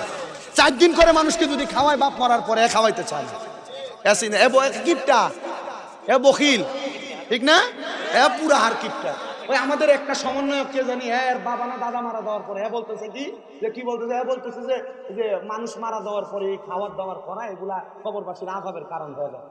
ইনশাআল্লাহ আল্লাহ কি যে করলো রে, এ ফতোয়া দিতেছে। আমি চিন্তা করলাম না, এ যে ফতোয়া দিতেছে ঠিক আছে, কারণ রাসূল বলছে কিয়ামতের পূর্বে মূর্খ লোক শিক্ষিত লোকের জায়গায় দাঁড়ায়া ফতোয়াবাজি। ঠিক। পরে দেখলাম যে না, এত কোরআন হাদিস সম্পর্কে বুঝে না, ফতোয়াবাজি করতেছে। তখন আমি বুঝলাম আর কি যে এটা কিয়ামতের আলামত। এটা কিসের আলামত? আপনাদের কষ্ট হইতেছে, অসুবিধা হইতেছে, কোরআন হাদিস যেটা বলবে আপনি সেটা মানবেন, কোরআন হাদিস যেটা বলবে না আপনি মানবেন না। খাদ্য খাওয়ানো ভালো কাজ, বলে সবে বরাতে উপলক্ষে খাওয়াকে, অন্যদিন খাওয়ানো কে? বলে সবে বরাত এটা তো বরকতওয়ালা রাত, এই রাতে আল্লাহ বান্দাকে মাফ করে, এই রাতে আল্লাহ বান্দাকে রিজিক দেয়, এই রাতে আল্লাহ তাআলা বান্দাকে বিপদ থেকে উদ্ধার করে, এই রাতে খাওয়াইলে তো আল্লাহ আরো বেশি খুশি হবে, এজন্য খাওয়ায়। আমার আম্মা পুরো এলাকার মানুষকে খাওয়ায়, বানায়া বাড়িতে বাড়িতে দিয়ে আসাইছে। আমার মাদ্রাসা আমি পোলা পান্ডে এই যে সবে বরাতে রোজা রাখছে, আগে কষে হালুয়া রুটি খাবি আর পরে বিপুরি খাবি, সোনা খাবি। মারহাবা পরে খাওয়াইবেন, মানুষকে খাওয়াইবেন। তো যদি কামাই রুজি না থাকে আপনি মনে রাখবেন, আপনি কেউ খাওয়াইলে আল্লাহ আপনারে খাওয়ার ব্যবস্থা করে দিবেন, রিজিকের ব্যবস্থা করে দিবেন তো ইনশাআল্লাহ। আল্লাহ কবুল করে, আমিন পড়েন। আজকে কিন্তু খাবার নাই, আমার মাহফিলের শেষে কিন্তু খাবার নেই। বলে হুজুর আমরার জন্য দোয়া করবেন, এটাই খাবার। বলেন আলহামদুলিল্লাহ পড়েন, আরো জোরে পড়েন আলহামদুলিল্লাহ। আমি ধন্যবাদ জানাই এই যে যুবকরা দেখলাম, আমি কিন্তু এর আগে আরো আসছিলাম আপনাদের জামালপুরে, একবার মেলান দয়ে আসছিলাম, এরপরে এদিকে শেরপুর আসছিলাম। আজকে এরা যে সম্মান করছে এবং এরা যে আচরণ করছে এমন পাই নাই। প্রত্যেকটা ছেলে ভাই যারা আছে এরা সবাই ভদ্র মানুষ। আমি সামনে প্রশংসা করছিলাম, এদের আচরণ ভালো ছিল, যখন কথা বলতো কথা ভালো ছিল। কথা বুঝতে পারছেন? দোয়া করবেন এদের জন্য, মনে রাখবেন আল আদাবু খায়রুম মিনাজ যাহাবি ওয়াল ফিদ্দা, আদব স্বর্ণ এবং রূপার চাইতে উত্তম। এরা যে ভদ্রতার পরিচয় দিয়েছে, এটা কি জামালপুরের সম্মান না? এটা কি পুরো এই লক্ষ্মীরচরের সম্মান না? আল্লাহ লক্ষ্মীরচরের ছেলেদের ভালো ইনকামের ব্যবস্থা করে দিক, যেন তারা বেশি বেশি দান সাদাকা করতে পারে, কারণ নবীজি বলছেন আস-সাখিয়ু হাবিবুল্লাহ, দানকারী আল্লাহর বন্ধু। জোরে পড়ি সুবহান। আরেকটা ছোট্ট ঘটনা বলবো, বসবেন আপনারা? আমার এ ভাই বসবেন, আপনি বসবেন? আছেন তো ইনশাল্লাহ? ছোট্ট কথা বলে, যে সম্পদ বেশি কামনা করি, আমাদের মা বোনের যেটা স্বভাব আর কি, দেখবেন মাঝে মাঝে আপনি বেটাকে বলে, নিজের স্বামীকে বলে, এ তোমার পাশের বাড়ির উমুক এত টাকা কামাই করে, তুমি পারো না? বলে না বহু মহিলারা? স্বামী যদি কম টাকা ইনকাম করে কেট কেট কেট কেট কেট কেট কেট কেট কেট কেট করে না? আম্মু আব্বা মা স্বামীকে এগুলো করো না, যা কামাই করে এটার ভিতরে চলার চেষ্টা করো, এটা থেকে সঞ্চয় করার চেষ্টা করো। শোনো, আফগানিস্তান বলো, মিশর এলাকার এক বাদশা, উনি ওনার এলাকার মানুষ এসে ওনাকে খালি বিচার দেয়, হুজুর আমাদের সম্পদ নাই, হুজুর আমাদের টাকা নাই, হুজুর আমাদের বাড়ি নাই, হুজুর আমাদের গাড়ি নাই, আমাদের এটা নাই সেটা নাই। উনি বলতেছেন ঠিক আছে, তোমরা আগামীকালকে আমার সামনে আইসো, সবাই আসবা। এমন ভাবে সবাই হাজির হয়েছে, বাদশা দাঁড়ায়া ওনার এক প্রজাকে ডাক দিছে আর ওনার সেনাপতিকে ডাক দিছে। প্রজাকে পকেট থেকে বাইর করে 5 টাকা দিছে। কত দিছে? 5 দিরহাম দিছে। আর যে সেনাপতি তাকে দিতে 500 দিরহাম দিয়া বলছে, তোমরা দুইজন আগামীকালকে আসরের আগ পর্যন্ত এই টাকা খরচ করো, কালকে তোমরা এই টাকা কে কিভাবে খরচ করছো হিসাব দিবে। সেনাপতি 500 দিরহাম পায়া মোরগ গরুর গোশত যা পারে সব কিনে খাইছে। আর যে প্রজা 5 টাকা দেয়, চিন্তা করে, বাদশা মানুষ আমার 5 টাকা দিতে, কি করবো, এটা দিয়ে তো কিছু করা যাবে না। 5 টাকা দিয়ে এখন চা পাওয়া যায়? আপনাদের কি চায়ের কাপ কত? 5 টাকা আছে? আল্লাহ বাঁচাইছেন। নরমাল চা, দুধ চা কত? দুধ চা 10 টাকা না? মানুষ এখন রং চা বেশি খায়, ঠিক না? এই যে দেখেন মাহফিল কমিটির আমার পিছনে কোনো খরচ না, এখন কোনো চা খাবেন না, ঘরে খাওয়াইছে, ঠিক না? খাওয়াইছে মাশাআল্লাহ। যে ঘরে খাওয়াইছে এদের রান্না খুব মজা। আমি ভয় পাই আপনাদের এদিকে আসলে কাঁচামরিচ দিয়ে তরকারি রান্না করে, মানে ইটা খাইলে আমরা তো নরগুমা থাকি, হয় গ্যাস আর পাতলা টেনশন নেই। হ্যাঁ না, কাঁচামরিচ খাই কিন্তু কাঁচামরিচ দিয়ে তরকারি রান্ধে না হয় না। সিলেট না, আমার বাড়ি কুমিল্লা। কুমিল্লা মানে কোন মিল্লা? কুমিল্লা। দোয়া করবেন, দাওয়াত দিয়ে গেলাম কুমিল্লা শহরের চকবাজার নূরপুর সমনিতে তাফরিদুল কোরআন মাদ্রাসা। কখনো যদি যান কুমিল্লা, তুই আমার মাদ্রাসায় যাবেন, একটু দেখা করে আসবেন, আমার বাচ্চাদেরকে দেখে আসবেন। যাবেন না? আমি কারোর কাছ থেকে আমার যে মাদ্রাসা চলে বস্তা চাল চাই না। আমার পোলাপানের মা বাবা বেতন দেয়, বেশি বেশি বেতন দেয়, তবুও চাই না, কারণ মাদ্রাসা চালাইতে কষ্ট আছে তো, বদলে মানুষ করে দেখে, ঠিক না? আমি এমনি আলহামদুলিল্লাহ যে খুশি হয়ে নিয়ে খাওয়াই, এটা তাদের বিষয়, আলহামদুলিল্লাহ। বাদশা বলেছে, সেনাপতি তোমাকে 500 দিরহাম দিলাম, যাও। আরেকজনকে বলছে, তোমাকে 5 টাকা দিলাম, যাও, আগামীকালকে আসরের সময় হিসাব দিবা। চলে গেছে। সেনাপতি 500 দিরহাম পায়া সুন্দর মতো খরচ করতেছে, আর সেই ব্যক্তি 5 টাকা পায়া খরচ করতে পারে না, কারণ 5 টাকা কি আর করবে। এই কথা চিন্তা করেন, পরের দিন আসরের সময় পুরা বাদশা রাজত্বের মানুষ হাজির হয়ে গেছে। বাদশা মাটি খুইরা আগুন জ্বালায়া আগুনের উপরে বড় একটা স্টিলের তাওয়া দিয়া দিছে, তাওয়া গরম একবারে।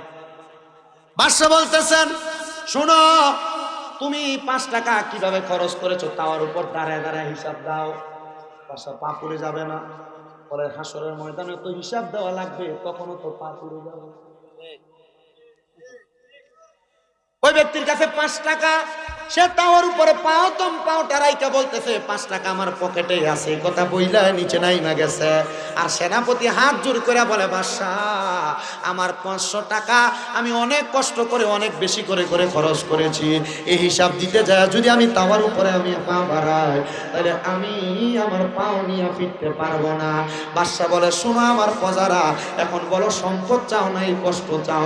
সবাইকে, হুজুর সম্পদও চাই না কষ্ট চাই না।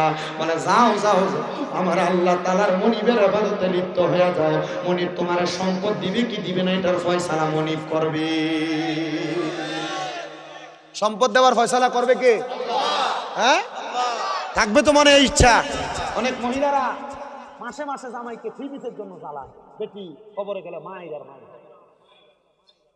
অনেক পোলাপান বাবা বিদেশ থাকে, বাবার কাছে আইফোন, মোবাইল, মোটরসাইকেল, বাবার কাছে মাসে মাসে এটা সেটা আবদার করে। আরে বেটা, তোমার আব্বা বিদেশে, প্রবাসীরা কি কষ্ট করে তুমি যদি দেখতা, আল্লাহর কসম করে বলি, তুমি ওই প্রবাসী বাবার কাছে 1 টাকাও চাইতা না, উল্টা বলতা, বাবা প্রবাস করা লাগবে না, দেশে আসেন, আমি আপনার মুনি দিয়া রংপুরা বদুল্লার মতো কাজ কইরা কইরা আপনার খাওয়াবো। একটা প্রবাসীর বড় কষ্ট, বড় কষ্ট, বড় কষ্ট। আমি যখন হজে গেছি অনেক সৌদি প্রবাসীদেরকে দেখেছি রাস্তার মধ্যেই পলিথিন বিছায়া বিছায়া ভাত আর তরকারি ঢাইলা খায়। কি আল্লাহ আমাদেরকে বুঝার তৌফিক দান করুন। যাকাত যাকাত আজকে থেকে সবাই সবার সম্পদের হিসাব করবেন। যদি বর্তমান 7.5 ভরি স্বর্ণের দাম যা, সেই পরিমাণ অর্থের যদি মালিক হন, এর উপরে যে টাকা পয়সা থাকবে সম্পদ থাকবে এগুলো যাকাত দিবেন। রাজি আছেন? ইনশাল্লাহ কয় না তো ইনশাল্লাহ কয়। রাজি আছেন? আল্লাহ কবুল করুক, আমিন পড়েন। মা বাবার খেদমত কথা বলেন, মা বাবার খেদমত 5 ওয়াক্ত নামাজের পাশাপাশি নফল ইবাদতের কথা বলছিলাম অনেকগুলা, মনে আছে? এই নফল ইবাদত করবেন তো ইনশাআল্লাহ। এই নফল ইবাদত করলে আল্লাহর বান্দা থাকে না, কি হয়? আল্লাহর বন্ধু হয়। বলেন কি হয়? বন্ধু হয়। তাহলে এই নফল ইবাদত চলবে। সুদ খাওয়া যাবে না, ওয়াজ করছিলাম না, হারাম খাবে যারা মরার সময় কষ্ট পাবে তারা। আল্লাহ তাআলা আমাদের সবাইকে সবগুলো মানার তৌফিক দান করুন, বলে পড়েন আমিন। আসলেন নবী এই দরাতে রহমত ও বরকত নিয়ে, আসুন সবাই তাজিমে সালাম দেই ওই নবীকে। ইয়া নবী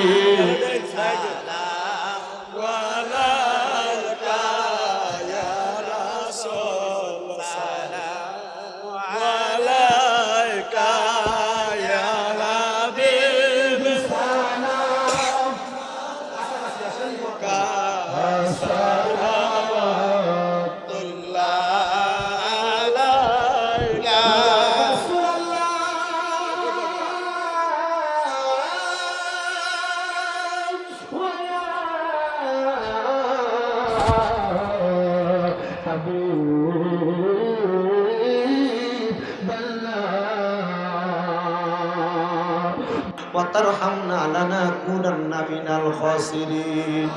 या इलाही रहम फरमा मुस्तफा की वास्ते खुले दे दरवाजाए रहमत गदा की वास्ते। मबूदो